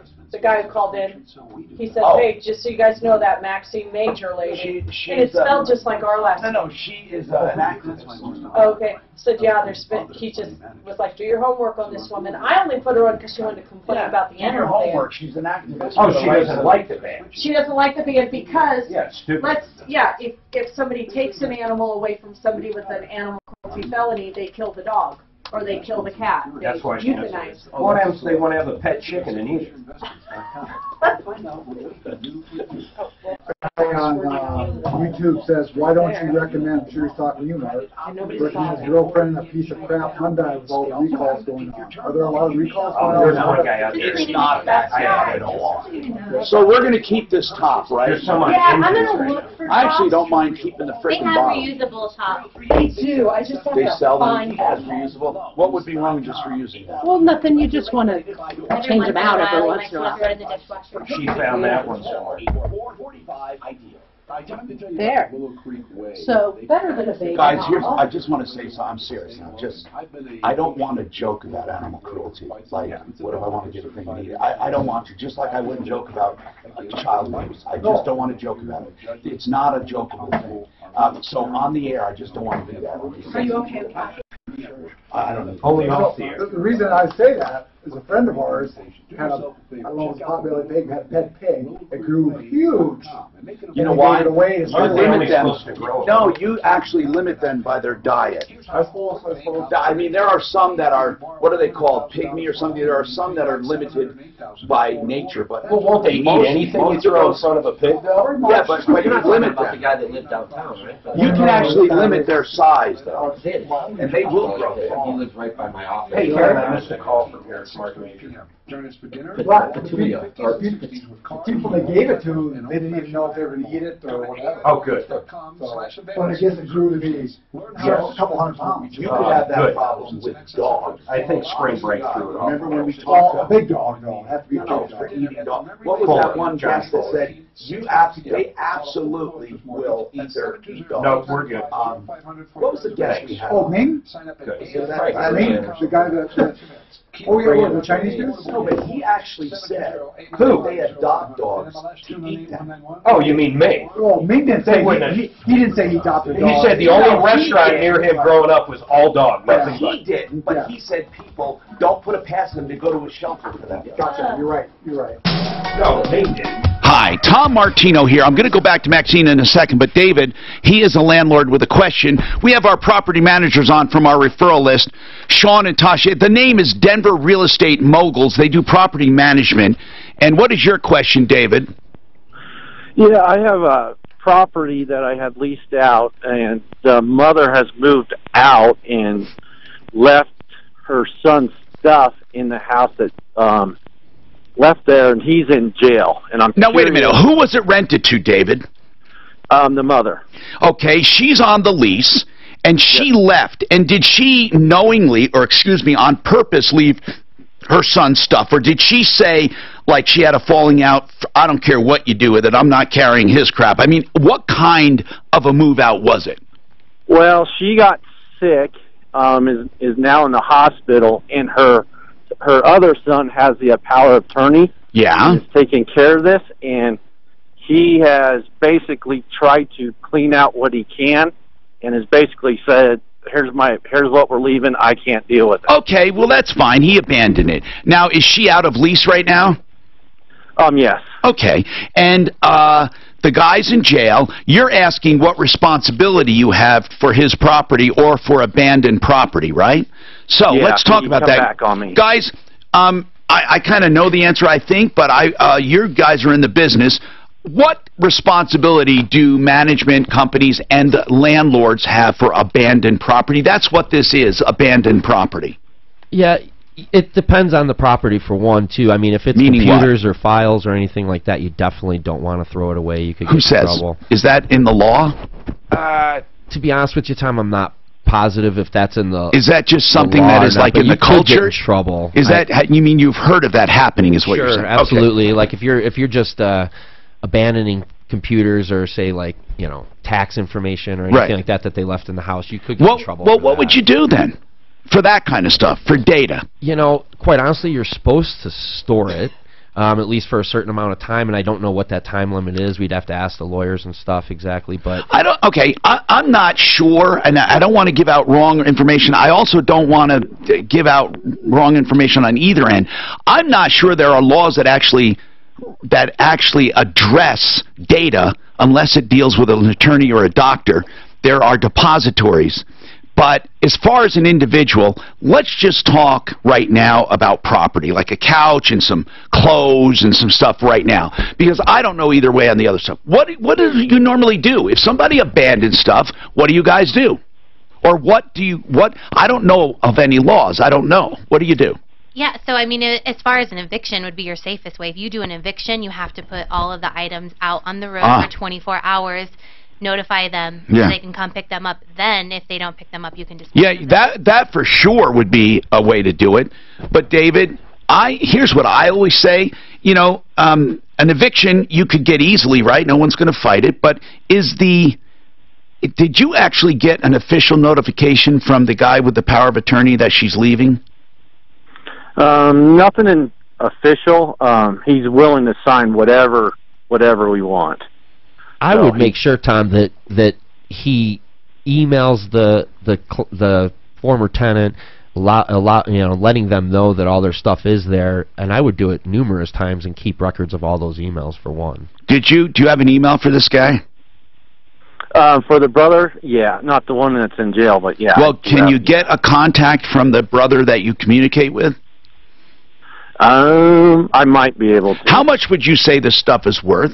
Without exaggerating either way. To me, it's all worthless. Give me an idea of what you're looking at. The main part about it is he's got a bunch of kid stuff that was left, toys and whatnot. In my understanding, he hasn't seen them kids in over a year. Okay, but none of that matters. What matters is I really... It looks like you got to get... I'm looking at this, 30 days, and then before you trash it, another 15. Okay. And you have to give official notice, and the notice goes to the tenant, not to just who you think owns it. It goes to the tenant. So you would do it to that person with official capacity. That's what I would do. But we have tenant landlord attorneys. You need to consult someone. Maybe David Salisbury would know. He does some real estate. Keep records of everything. Yeah, keep records for sure. We have more coming up. Excel Roofing. One of the most haziest areas of law that we come across. How did just with tenant landlord, but people, even a friend said, "Could you keep this stuff from me?" And they leave. It's really. How did it end? How did the we never lease end? In this case, She moved out because she had health issues. was it lease up? No. So yeah, she he said it was up. Oh, he did. Oh, he did. Yeah. So it looks like 30 days. Yeah. The thing that's not cut and dry, that's the hard thing about stuff like that. Is I know it's it. I know. subjective to the judge to say, well, how dare you throw out his right. toys and he's Exactly in right. prison. Or how dare you throw out medical His records. best That's why option is to try to contact the brother that's in jail. Try to get contact with him and have him write something that says, throw it all away. If somebody tries to have this I'm not sure if they can help with or not. He is in he and his family member, he's not on the lease, but his wife's or ex's ex is on the lease. They both have their own businesses. They've both been in the building. Now the guy says a week ago, you need to get out and hit the bricks, but he's not on the lease. So the guy on the lease is kicking the guy who's technically not on the lease out. But he's going to claim he can't just do. Was he paying? He's got to get notice. Was he paying toward the rent? I have no details on Tom, but yeah, but I'm it's just saying commercial, right? It doesn't it's matter. commercial. It does and matter. It's an auto detailing and some sort of auto What I mean is this, business. Mark. If that person claims that is part of their, even if he's not on the lease, if he was paying expenses and says, I'm here, I'm part of it, that guy's got to evict him. He can't just kick his ass out. He's got to evict him. Well, I agree. He's got to evict him. I mean, remember that one frickin' woman that had a guy come home from the bar? She picked up a guy and he wouldn't leave. And he started getting mail, and he said, you got to evict me. I mean, this was a nightmare. Actually. They had like Commercial's a little different, though. Well, in what way as far as the eviction? Because they don't have the same rights as someone it's their, their house. I don't know what the difference is. I just know they have to. They can't probably right. Oh, I know. They just can't lock him out. When's the last time I was wrong, Dan? They can't just lock him out. He gave directions to Now, wait. He doesn't know how to get Castle Mark, when you say different, there's an eviction. The eviction is different. I don't know if the actual process. The process. I don't think they have the same rights. For example, if I'm just renting you a warehouse, it doesn't have to be habitable like a house would be. I understand, but the eviction is different. What I'm saying is, what's different as far as? I don't know on the process. I've never had. I'm wondering, in other words, they can't. If I find out, here's how I know it. For an example, if I found out someone in a warehouse that I own decided to start growing marijuana in that warehouse, I could kick their ass out with very little time. But you have to have an eviction, right? I would assume so. Yes. Yeah. At least to cover your butt and stuff like that, and make sure it's all properly done and all on paper and everything. So you guys do throw all the stuff out if you do. It gets moved to the curb. Okay. You get moved to the curb. We hire a You have to company. leave it out there for 24 Hey guys, hours. I have a guy with 6 properties who wants to call you guys on, but he's up in Louisville or Louisville. Do you guys go that way or service Yeah, we that go up area? that far. It's Louisville in Kentucky. Louisville. Louisville? Louisville. Louisville. Are you sure it's not Louis out here? I don't think they call it It's Louisville. Louisville. Yeah. Louisville? That's an oil company too. That's probably. Louisville? What do they call them, rednecks? Or Like in Missouri, everyone from Missouri, that's what they call it. The guys who work in the well. Mark, Because they don't want to find misery. Mark, he's trying to get your attention. What? Oh, shit, I got it. And was frustrated. You're right. Dear Sue, I'm a 51-year-old male in relatively good shape. Rubberneck. No, what'd you say? Rough. I've heard you mention Noxatril, and how it was the only one you recommend. I must say, Noxatril. I'm most likely going to want this one. And my performance What? is better than ever. What are you talking about? Thank you. Oh, This yeah. one. Well, Mike, thanks for the notes. I don't know where I am. Where are we? This is third. Oh, okay. Noxatril is all natural. Noxatril? It's the one that works. That's for hair. Right now, Noxatril has a special I know, both are fast. shipped discreetly to your door. Find out how to get a free bottle of Noxatril. Call Isn't that for I hair? don't think it's for hair. Oh, no, that's minoxidil. you guys keep in mind when we have certain questions like that come up, and we're kind of almost a little bit on the fence, we call our lawyers too. Do you have a farmers insurance? We have how many farmers? We use Hammer and Cheddar for most of our Farmers must run them on purpose. We have another lawyer for other stuff too. They really do know, you really do have some good people. Yeah, we do. And Hammer and Cheddar is probably one of the biggest. For eviction, yeah. Yeah, eviction attorneys. Hold on, guys. And a less than perfect one. See, talk to farmers. We are farmers. Underwritten by Farmers Truck Fire Insurance Exchange Center. Did you know PriceFixerDenver.com employs only True Tech certified techs to repair your furnace or AC? You know what that means? That means they not only carry the proper licensing, but they also take hundreds of hours of additional classes. True techs from PriceFixerDenver.com are never paid on commission, ever. They will not attempt to upsell you in any way. PriceFixerDenver.com never charges a trip or diagnostic fee either. Listen to what I just said. They will come out to your house, diagnose your furnace and air conditioner 100% for free. And if you don't have anything fixed, guess what? You still don't owe a cent. Never a trip charge, never a diagnostic fee. They also have transparent pricing. Listen to this. Most repairs on your AC or furnace cost less than $199, and that includes parts.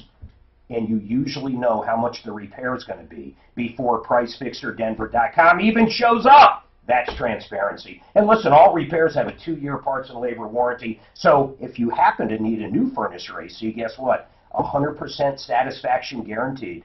The best pricing, no trip charges, no diagnostic fees, same-day service, transparent pricing, the lowest price guarantee, True Tech certified techs. Why would you go anywhere else? PriceFixerDenver.com. You can go to the website, phone number's right there, PriceFixerDenver.com. Common disability in the United States is... And you gotta have something like a furnace goes out, that way the owner's gotta come in and say, hey, if you have like a furnace go out in the thing, that you won't just fix it, you have the owner. It depends on their agreement with the owner. Well, I'll tell you what, we usually want to ask permission just about on everything we can. You know, because then we're going to have less problems. But, you know, we're going to, if it's an emergency and we need to have it fixed right away, we're going to do it. But we really like to ask the owners. That we'll do every effort to contact you unless it's Wow, that's a lot of extra effort. It is, but it avoids hassles. Saves their ass. Yeah. We had a guy call up, what he had just paid $125 more on his water bill because his toilet was running. Because the little flap down goes, flapper is $5. He's trying to get out of his lease. Why don't you do your... It's uninhabitable. Yeah, that's right. No, we really want the owners to be involved, I think, more so than other property management companies.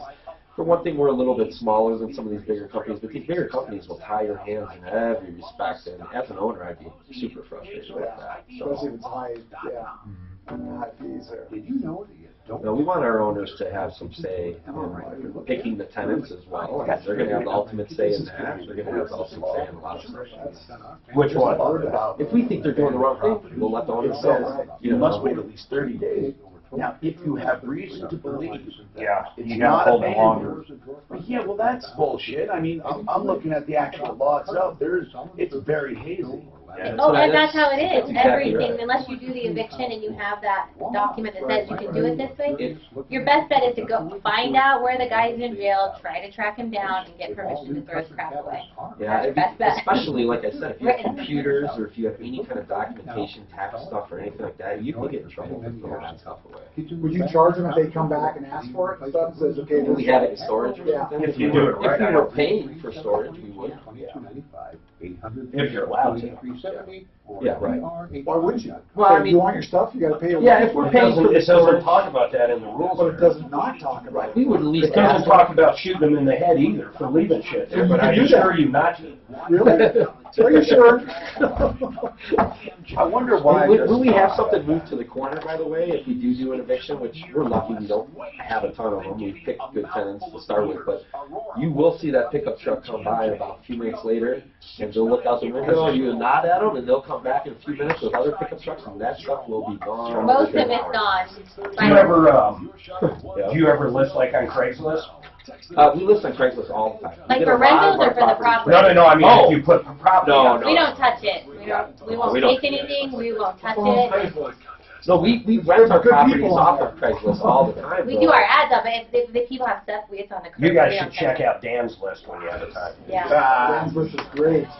You got your own list now? It's a joke. Shoot that a joke. Hi, I'm Tom Martino. Welcome to the show, 303-713-TALK, 713-8255. This hour brought to you by GenesisTotalExteriors.com. Genesis does interiors too, but he couldn't fit all that in the name, I guess. Mark Schmancy, he's a great guy. I've known him a long time. If you need somebody and you don't want to worry about putting money down and having him disappear, we love Genesis. GenesisTotalExteriors.com. 303-679-8509. Let's get to the part about helping people. That's what we do here at Referralist.com. We help people. We also discuss important issues. Now, Keith has a problem with a roofer. We want to talk to him. Mark has some general questions about wills and probate. We have all kinds of experts to help. Richard wants to talk about a commercial lease and business. And speaking of that, we have experts in from the Referralist today. Denver Real Estate Moguls. They do property management, mostly for individuals, with anywhere from 1 to 20 properties or more. I mean, there's no limit. They do property management. Do you guys ever guarantee anything to the owner? In other words, we guarantee 12 months of rent. Wow, that would be risky as hell. Well, I don't know. I've heard of places that do that. Really? I don't know if they so do it. Management companies that guarantee, like if we put a person in there, it's yeah, they guarantee it. Maybe not for the full term, but they have certain guarantees. Well, because they get a fee. So I don't know, guys. Do you have any guarantees? That's a good question. I guess there are companies that do that, like maybe Renter's Warehouse or something. I've heard that commercial before. We've had our client ask us that before, and what I basically told them was, you know, we can't guarantee it, but what we'll do is on an individual basis. You know, if we felt that that tenant ran, you know, was in there for a few days or for a few weeks or something and left right away or something for whatever reason, we're really not going to stick it to our clients with a new startup fee and stuff. We're not going to do that. We're going to take it on an individual basis and make the fair thing fair, or make it fair. 303-713-TALK now. Maxine wanted to finish up. She was talking about a ban for animal ownership if you're convicted of cruelty. Maxine, anyway, thank you for what you do with your sanctuary there, helping animals. But as far as no-kill and abandoned animals, what do you have to say about House Bill 1092?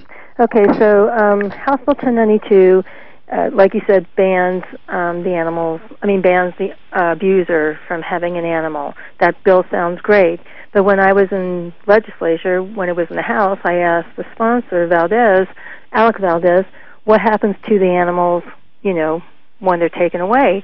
And basically he said in the committee that they would be taken away, brought to a shelter, evaluated, and then killed. And I thought that... Well, when he says, you missed the evaluation part, they take him to the shelter, evaluate him, but I doubt they would kill them if they were adoptable. No, that's not true, because most animals, and I've been doing this, and he actually agreed also, that most animals that come from these abusive situations, they are usually have behavioral problems or they're hurt, they're sick. And on February 21st this year, the kill shelters are the biggest ones from the Humane Society of Denver Friends League in an open forum at a place, it's called the Claw Caucus. They actually admitted the 6 reasons that they kill animals for. And the reason they kill animals for, they said, was boredom, fearful, aggression, safety, anxiety. They only adopt out animals in good health. Okay. So basically, that's pretty much going to be every animal that comes from an abuse situation, because that's pretty much where I get most of my animals from. They don't come in like... If it's, they're going to be fearful. Here, Maxine, listen. This bill, and I'm not going to get into a discussion on the rights and wrongs of this bill. Let me just say in general, because I've read the bill. The bill doesn't. The bill talks about banning ownership to previous abusers. No matter how people stand on that, they can stand either way. What they do with abandoned animals is not. You're looking for wholesale change. This bill does not address what to do with abandoned animals. They're not abandoned. They're confiscated. Okay, so confiscated. Yeah, this bill, there are rules for how they confiscate and how they process and what they do with abandoned or confiscated animals. Okay, but you're not. What I'm saying is, if this bill, just listen to what I'm saying. This is not the kind of show you need. This bill is talking about ownership. Okay, confiscation of animals. If this bill does not go through, they will still euthanize and kill animals who are confiscated for cruelty. This bill is not about what to do with animals who are victims of cruelty. This bill is about banning ownership. As a consequence, if someone confiscates an animal who has been abused, they process them, and I have no reason to doubt you, in most cases probably kill them. But the life or death of this bill will not change how animals are processed when they're confiscated. That's actually not true. Okay, we'll see. It absolutely is true. There was nothing truer. After this bill, Maxine, if this bill is turned down, just listen to me, and they confiscate a bunch of animals on a farm a year from now, and they have been victims of cruelty, will they treat those animals any differently than they would today? And Tom, that's why would they treat the animal? This bill has nothing to do with the confiscation of animals. Just please, Maxine, the bill has to do with ownership. People can feel any way they want about that. What I am saying, and as any person can see, is the confiscation of animals and what they do with them has nothing to do with this bill. This bill may encounter animals who are confiscated just as any other bill would, but that deals with animals. But Maxine, you seem to think, and you're focused on turning down this bill. Okay, go ahead. But if it's turned down and it's not a law, you're telling me no more abused animals will be terminated. Is that right? Is that what you're saying, Maxine?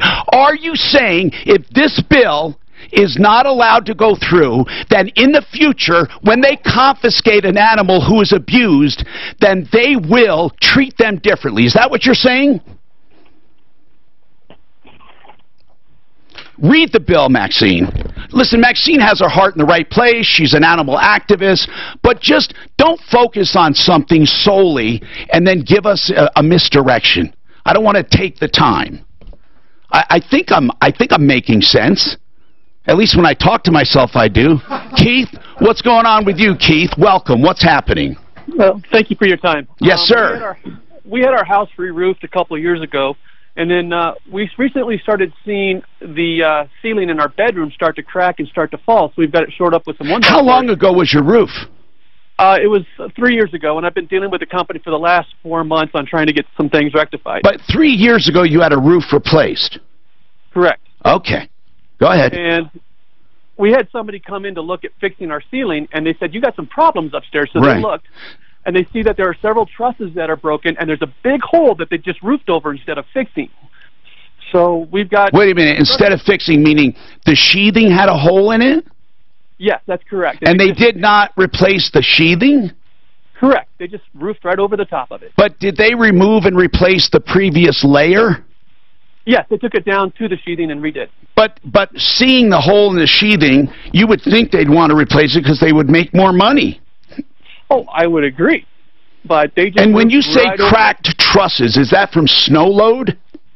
Well, the engineer's report says that the load for the roofing material was done incorrectly, and it broke several trusses.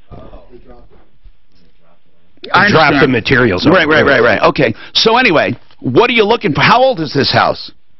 I don't know. It was built in the mid-'80s, I believe. Okay, keep going. So what are you looking for right now?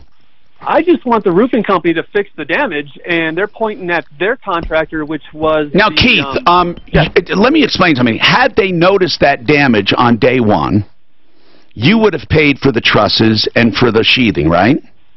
I'd have been fine with it, but right. now the thing But what I'm saying is they won't owe you everything free. They will owe you what it would have cost you back then if they are negligent, and if they are ruled negligent, if they admit it, whatever it is, what they would be liable for is any extra damage as a result of their negligence. If it needed new sheathing and new trusses, if it needed them and they didn't cause that, then or if they broke the trusses, they should absolutely replace them. Are you positive it was their load that broke it? Do you know? That is what the structural engineer said. No, the structural engineer said that it was broken by a weight. He can't tell you that roofer did it. Well, he says the company that loaded the shingles on the roof did it incorrectly. They did the So no shingles were ever loaded on that roof ever before? Is this the only roof replacement since it was built? No, this is the second one that we've had because it was hail damage. How do we know that there wasn't cracks starting from the first load? I'm just trying to pin it down. How do you say they did it 3 years later? I'm just going off a structural engineer's report. I had a second... The structural engineer's report did not say that the first roofer was not responsible. He said that it was cracked by a load. I understand that. What if the first company started that crack by improper loading it? Because, listen, the second company's not going to lay down because you found damage. They're going to say, well, wait a minute, has anyone else ever loaded shingles on this roof? Isn't that the natural question? And you'll say, yeah, a few years ago, before you, we had a company. And how are you going to make the argument? I'm trying to shore up your argument. I'm not trying to hurt it. But how do you address that? How do you pinpoint it? You're correct. I don't. That'd be something I'd have to look into. But okay, just hold on a sec. And let's talk about the damage and the 3-year time span, and let's talk about what case you would have, okay? You want the company to fix it. It sounds reasonable. What do they say? How big a hole could be in the sheeting? I don't know how they can put shingles over a hole. That's what I'm saying. I'll bet it had to be a pretty little hole. It had to be really little. I'll bet you it was a soft spot and not a hole where some of the sheeting was coming off. How far do you think Excel Services goes? North. Oh, I don't know, actually. They wouldn't go to Fort Collins. Why? No, not there. I'll bet you they'll go up to Northland or Westminster. Or don't Thornmont? It's in Westminster for sure. No, we're not talking about this. Oh, Excel. He was talking about something. A different Excel, not roofing. Oh, Excel roofing. Oh, gotcha. It's not Excel roofing.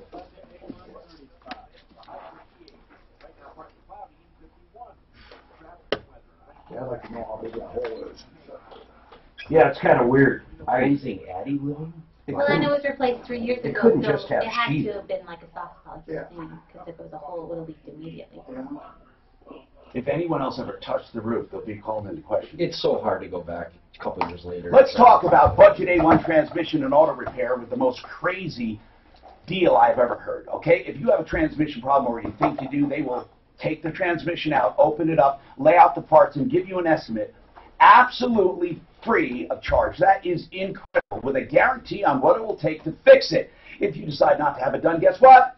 It's free. If you have it done, it's free. If you take it somewhere else, it's free. So a free estimate with teardown only at Budget A1 Transmission and Auto Repair, 303-781-9858. 781-9858. All that talking about Excel Services and roofing, I literally called roofing. So anyway, yeah, he just happened to ask about Excel at the same time this roofing problem was going on, but they're not connected. He was just asking about the house cleaner. Gotcha.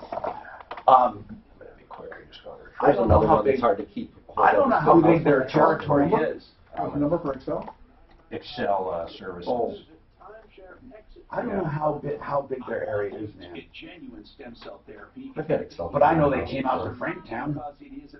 Oh, wait, they do come out. They come out to you. Has been treating people for years. They can fix ACL. They were cleaning my house back in Franktown. They do my neighbors too now.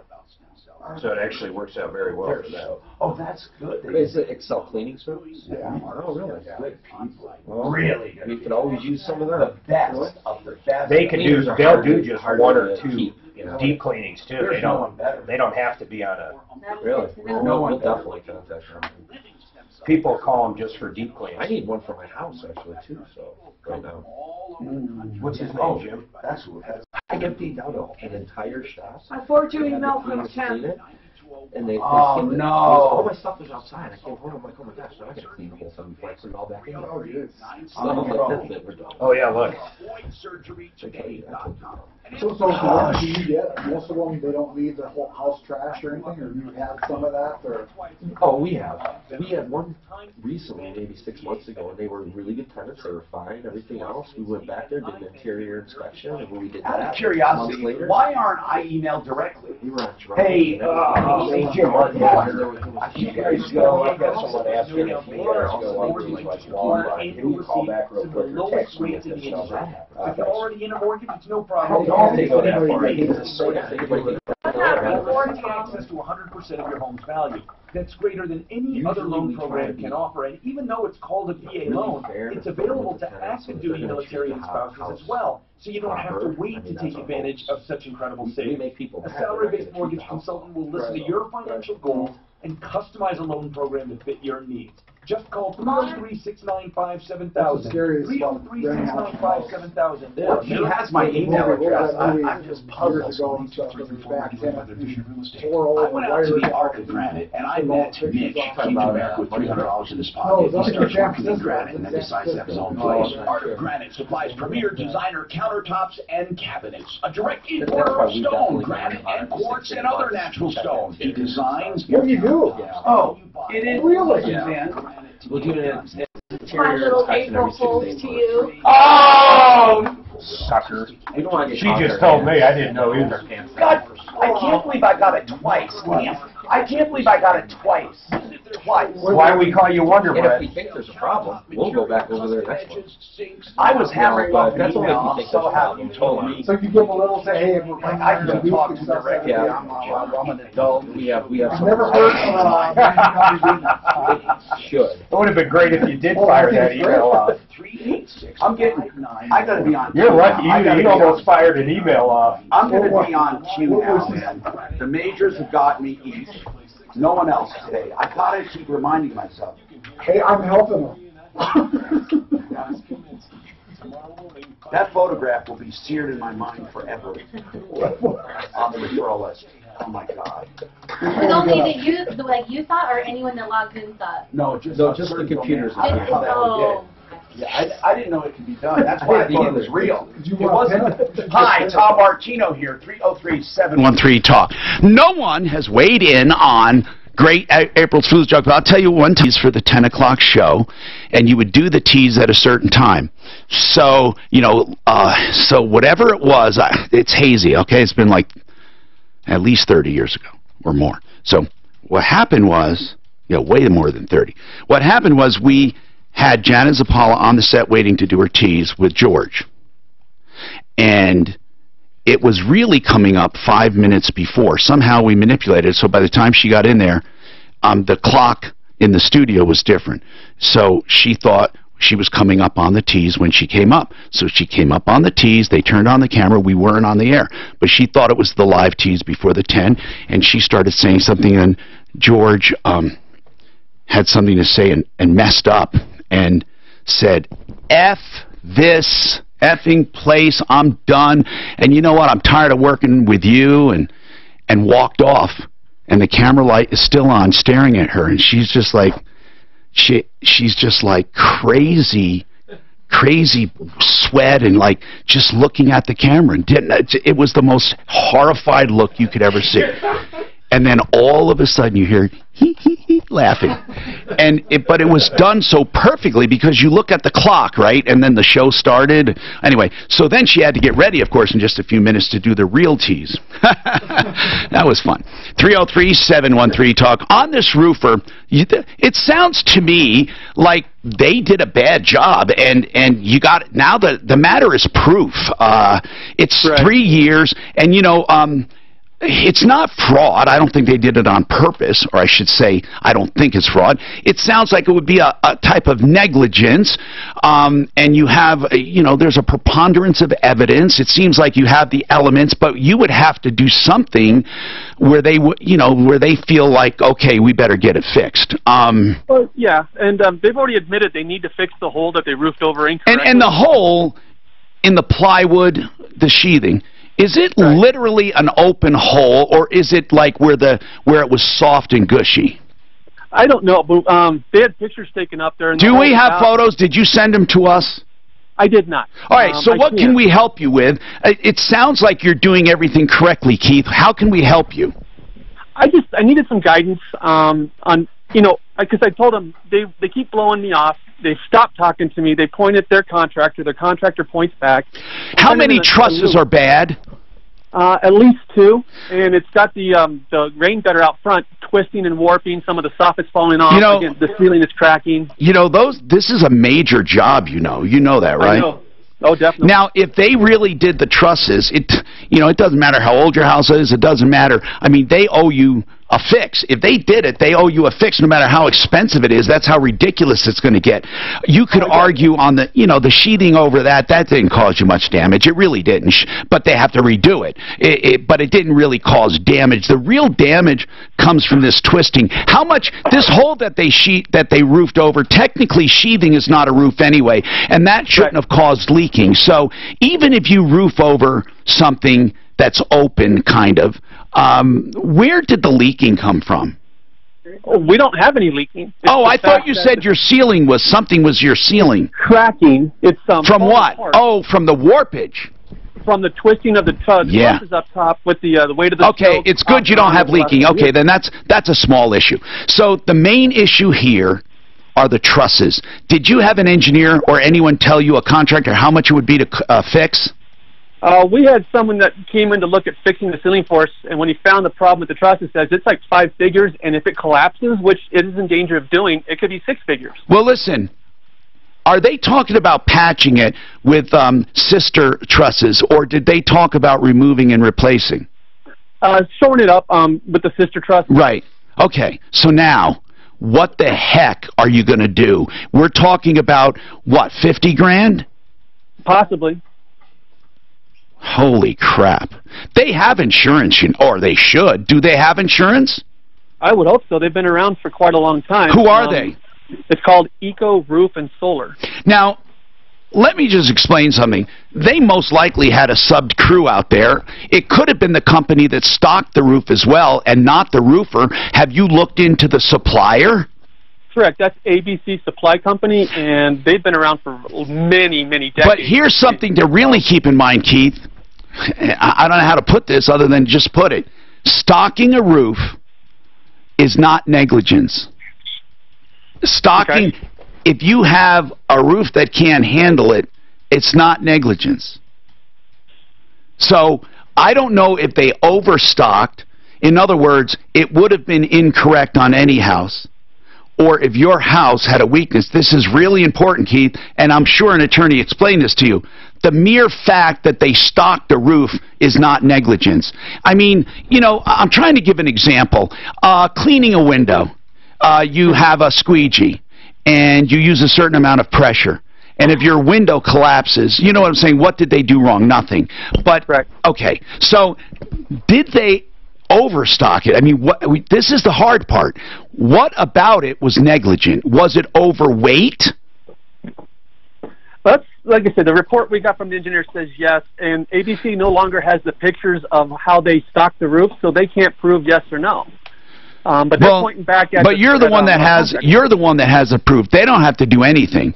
And Keith, I'm just saying from my standpoint, I personally, I'm not saying I'm not on your side.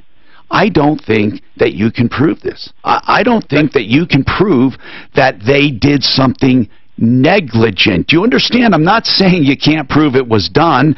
You can prove it was done. You might even be able to tie it down. But where do you show that, okay, the supplier took an overweight bundle that he normally would not stock on any roof, but dropped it on ours, or dropped it from too high? I mean, do you have witnesses? You can't just, well, it must have been. That doesn't work. You know that. You must have gone through this in your mind, right? And that's why they're ignoring you. That's exactly why they're ignoring you. Because for you to put a case together, just to try to put a case together with experts, before you even file a lawsuit, the feasibility would be about $8 grand. just before you even file. Hold on, though. You have a lot of money. You also have homeowners insurance, and I'm wondering about that. Hold on. This is Denver's Talk Station, 630. But, you know, would his homeowners cover it? I don't know. You know, I'm thinking it might. Can we get Compass Insurance Group? We just get them on. The trust has still been cracked before. Right. That's so hard to prove that. That's almost impossible. It wasn't like a huge snow load this year. I got my adrenaline going this morning. Right. Still my argument comes from her email. But the hole in the hole's weird. Would you ask him how big that hole is, Tom? I mean, is it? I don't know. I don't think he knows. Oh no, he said he didn't know. Oh, he did? I don't think. Do you think it's an open hole? It would be even too difficult if it was an open hole to go over. I mean, you can't get the shingles. That wasn't also his main thing is that truss. Sure, I mean, sure. Oh yeah, it's twisting. Holy crap! What a nightmare. Boy, you know that just says when you go. Did he say 2 of them were cracked? Yeah. So Mark, they dropped it. It wasn't. You know they didn't. But he said he's had the roof done. They have pre-designated. They have pre-designated. Well, twice that he knows. They have pre-designated loads. I don't know. I think they've got to do it the same way for every house. I would think. So that's what I'm saying. And if they didn't, there's no way to prove that they didn't, unless you're out there videoing it. Well, see, here's the deal. But why wouldn't they say anything if it did happen? What's that? The burden of proof. Why wouldn't the roofer say anything? It's a subcontractor that did it. Subcontractor that did it. Why would they want to do that? Because then they'd have to replace those trusses. Yeah. No, ABC would replace it. But the burden of proof is on the owner, not on the company to. Oh, I see. Tom, 1 minute, Colorado tenant test, 1 minute. Sponsored by Farmers Insurance. Jeez, but if it's twisting. That's a nightmare. That could be $50,000. The guy must never go up in his attic. Right.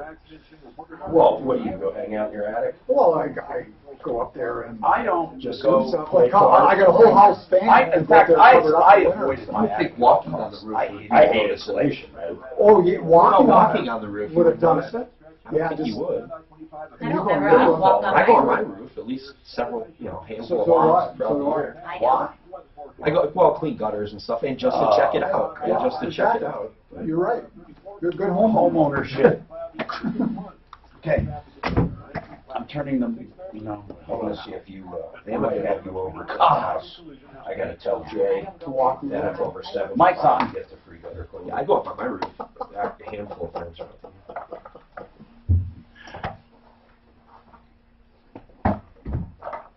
Please remember the name Colorado Tinnitus and Hearing Center. They do both. If you have a hearing loss or if you have tinnitus.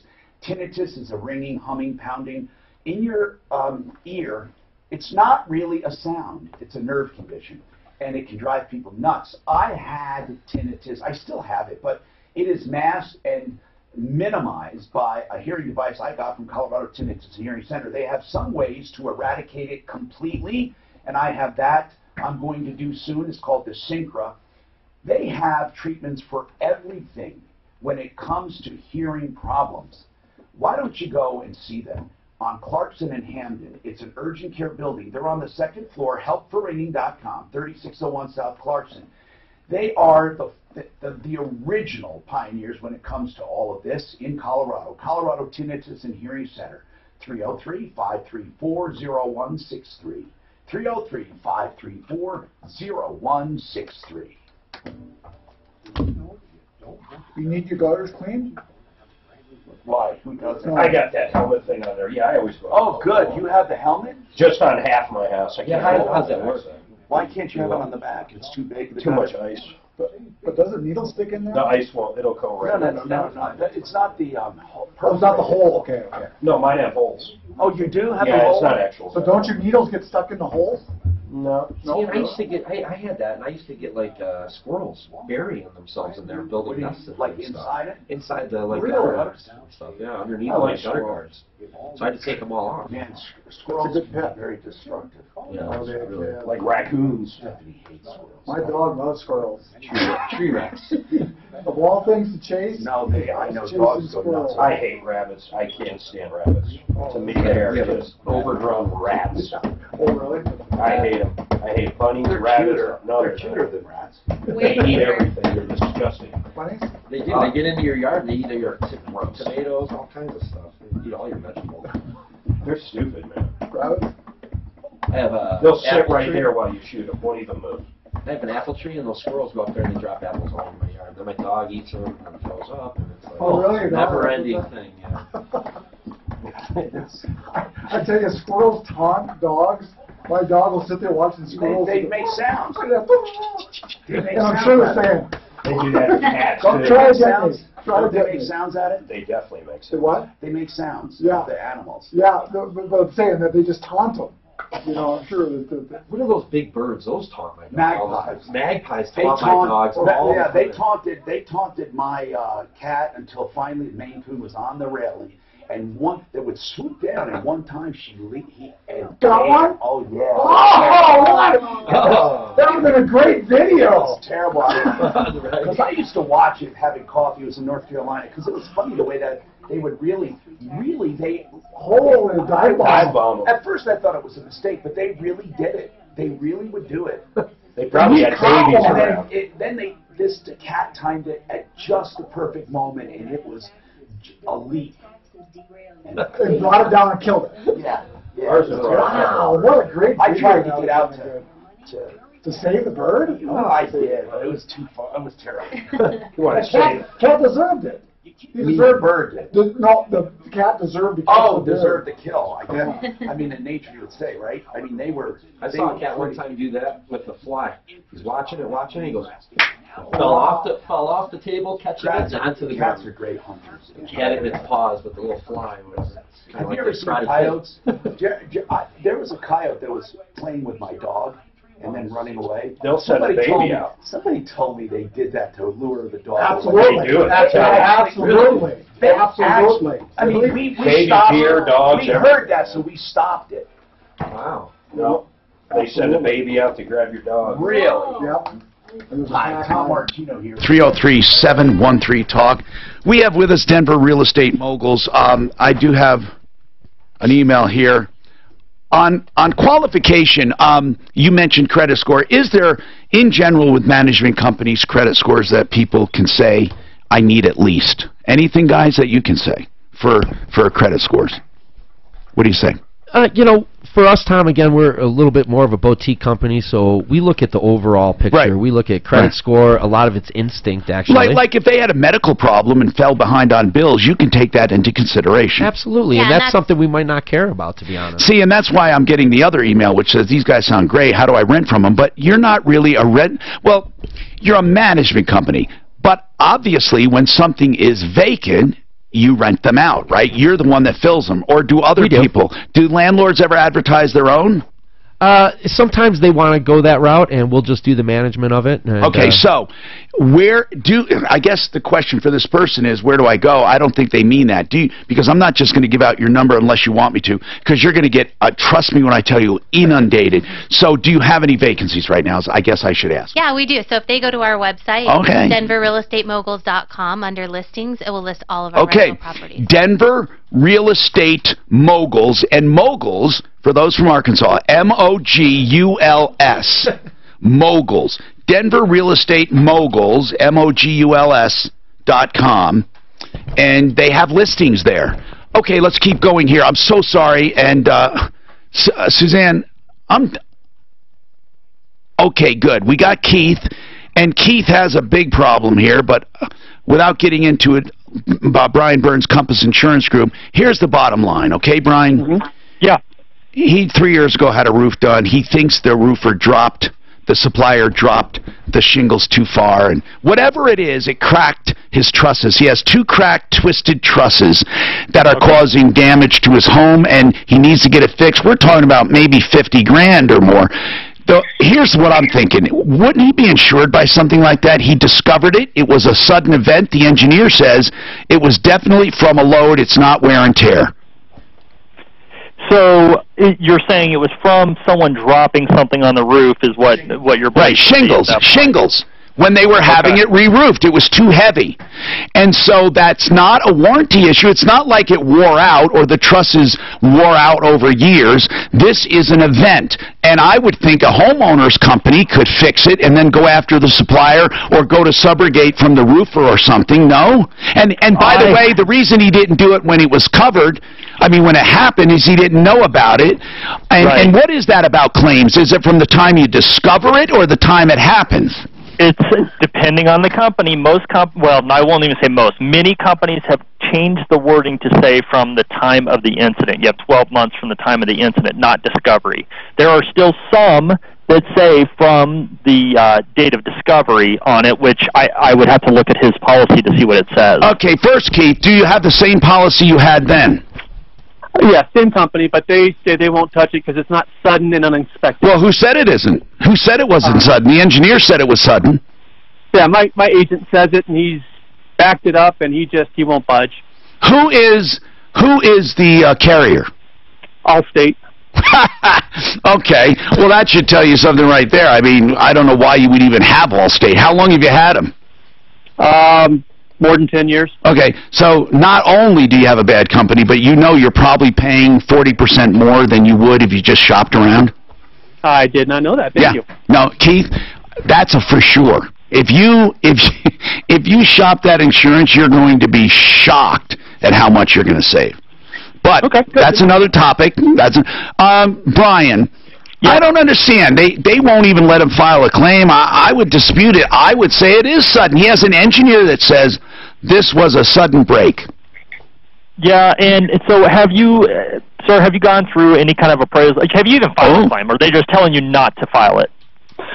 They told me not to file it, but I did anyways, and the adjuster they sent out wouldn't even look. He just sat there and told us we're not going to cover it. When was it? When did you file that claim? I think December or January. And how far after the discovery did you file it? Probably within a month or so. Does your policy say discovery or date of incident? I don't know. I'd have to look. Okay, well, they came out, so they must have come out for a reason.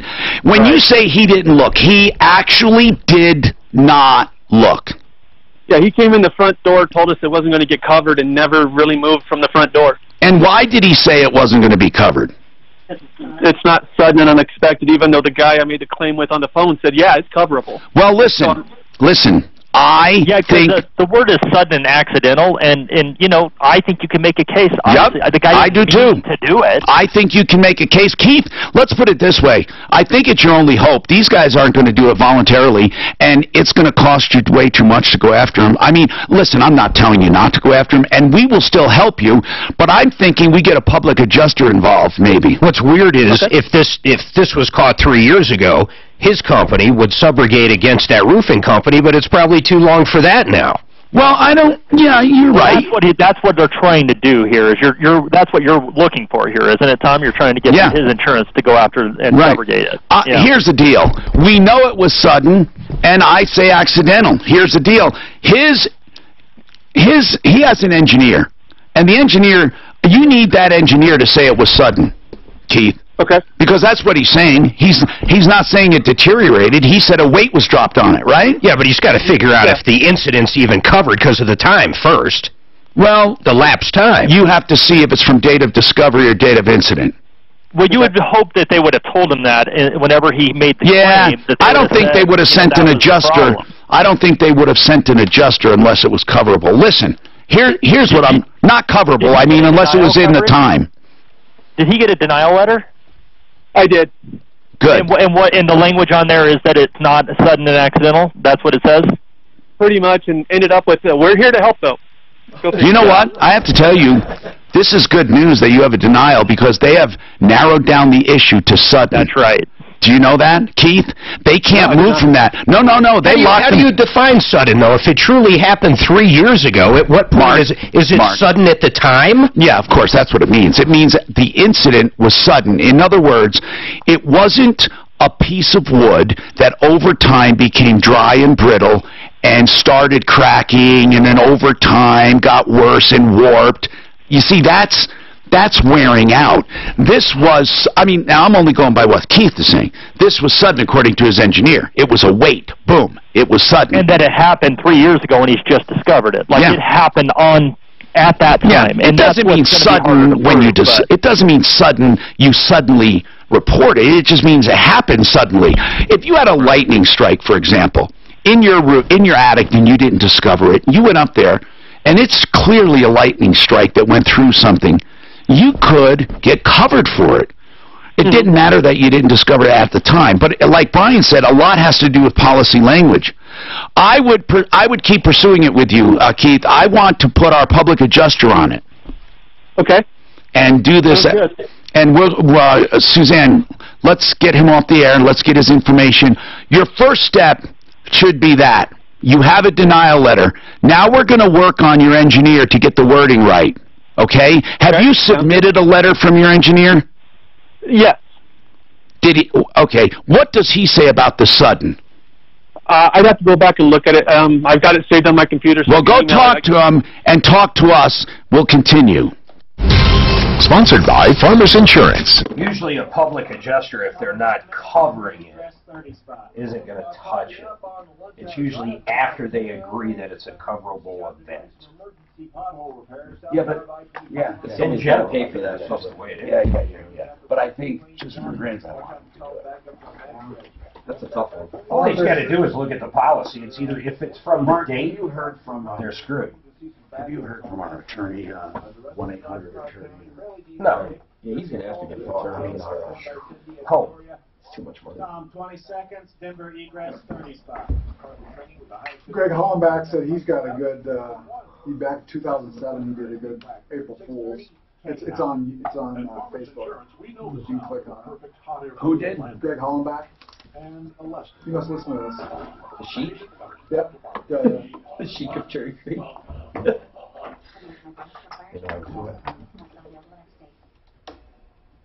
DenverEgressWindow.com. Denver Egress Windows. You know, these guys are great. And what I'm telling you what they do is they put in window wells or fix window wells and put in new ones. They can put in one where there was never one before.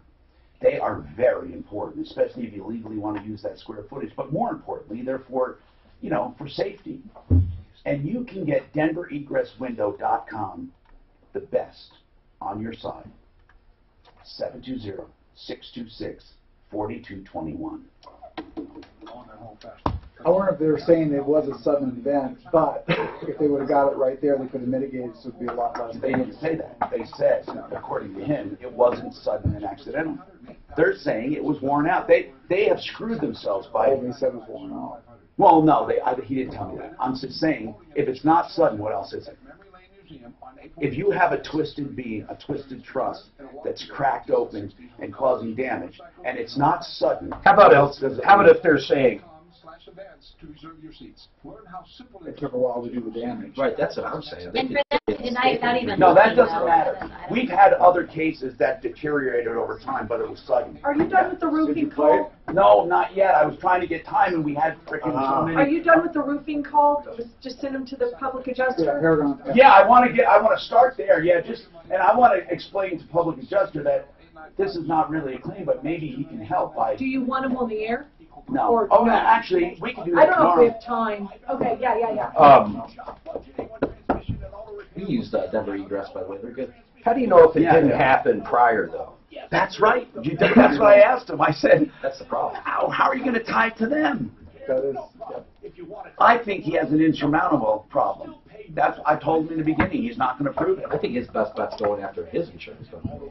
The other guys. It depends on what's in it. He has the same level of proof as the other.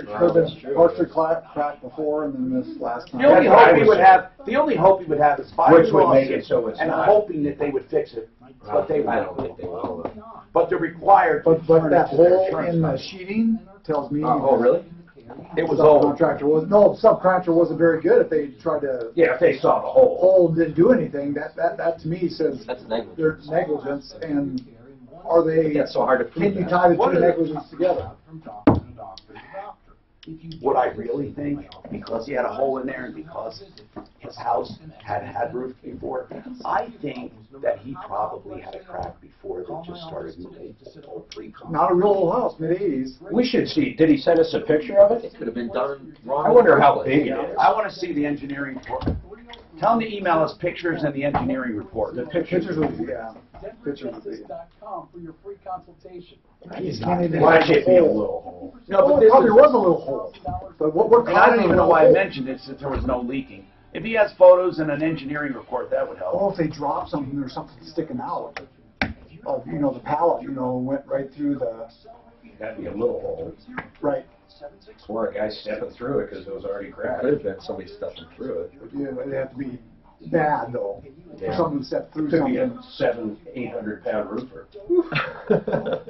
Those are few and far between. This is way too. You don't think outside the box, bud. No. Imagine that guy going up the ladder. I can't believe how popular cooking shows are now. I mean, it's way overboard. I mean, there are so many cooking shows. I love Ramsey shows.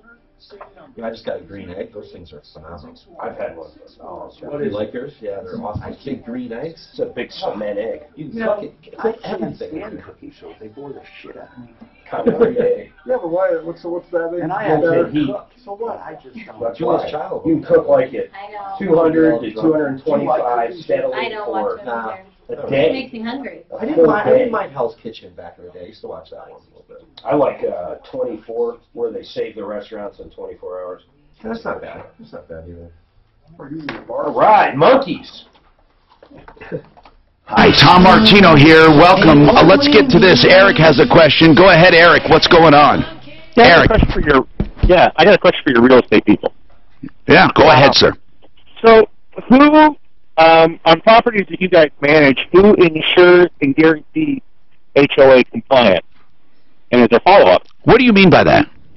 I'm head of an HOA, and we have a lot of rental properties in there, and the management companies don't seem to give a damn. I mean, ultimately, homeowners are responsible, but if they have someone living there, and give me a specific example of a rental property that wouldn't be in compliance, where the owner wouldn't be. In other words, if it's the behavior part of the tenant, then the tenant would be responsible. I need to know what you're talking about, Eric. We have a house that used to previously have a beautiful yard, and the tenant let the yard go to pot. Okay, and gotcha. We send violation letters. So, guys, yeah, we don't have to go into the process, but what happens if they have tenants, and the tenants are not keeping up the lawn? If it's part of the rental contract, Yeah, so our rental contract states that if they don't keep the yard up to neighborhood standard or HOA standard, that we will hire a company and then we'll charge it back to them. yeah, but the owner is ultimately responsible. I mean, they can say, oh, my tenant's supposed to do it, but that's not an argument for you guys to get involved in. That's their problem. I mean, they can't say, well, my tenant refuses to, so I guess that's it. Well, but this is what I'm asking, is are they taking over that responsibility from the owner? Because, like I said, we have properties that... Eric, they are by contract. By contract, they may be taking it over, but it doesn't matter to you because as far as you're concerned, you don't have to try to get the tenant to abide by his agreement. You go after the owner. Why would it matter to you? It goes to the owner and then it comes to us. Well, the reason it matters is because you'll get them passing the buck between each other. And yeah, well, the owner's not going to do that. The owner's not going to do that as soon as you guys take action, fix the lawn, bill him, and put a lien on his house. Then he can go after his tenant for it. Richard, go ahead. What is on your mind, Richard?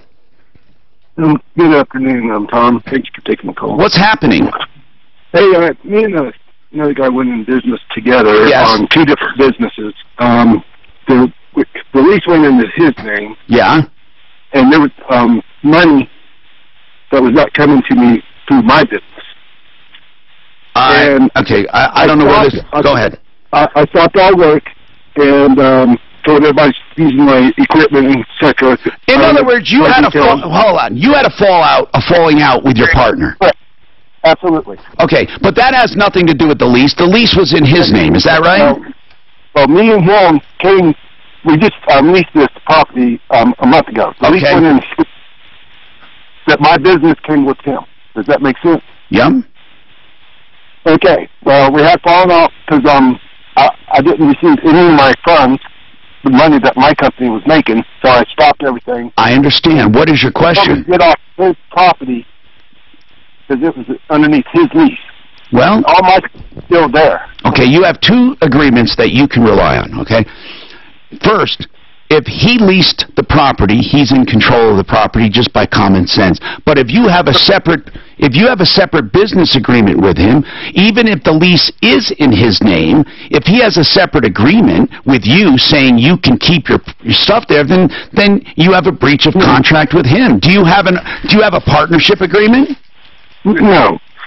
We just started this business a month ago. I understand that, but that's not an excuse for not having stuff in writing. Well, here's what I'm saying, Richard. If he wants you off the property, he's clearly, by lease, the one leasing it. For you to stay there, if you paid toward that lease, you can claim you're a tenant too. You can claim that, and then he would have to evict you. Well, the problem is now he told me to get off. Do you have a business? Do you have a business agreement with him? My business is there, yes. No, but do you have some kind of an agreement that you're going to chip in for expenses and stuff? Yes. Okay, that could be enough to make him evict you. Why don't we get him back on tomorrow and try to get him an attorney? We're out of time. Don't forget DenverRealEstateMoguls.com. And don't forget referral list. Save all your problems for me. It's time. That was awesome. Yeah. Very cool. Yeah, very cool. It was fun having you guys. Yeah, that was fun. Anytime you guys That's a good call, Suzanne, for tomorrow. That's a really good one. Thanks. That guy could claim Tell me when, that Jose. he is a tenant, because it's not just that easy to get rid of people. No. We'll have to figure on the commercial aspects of that. Like, in other words,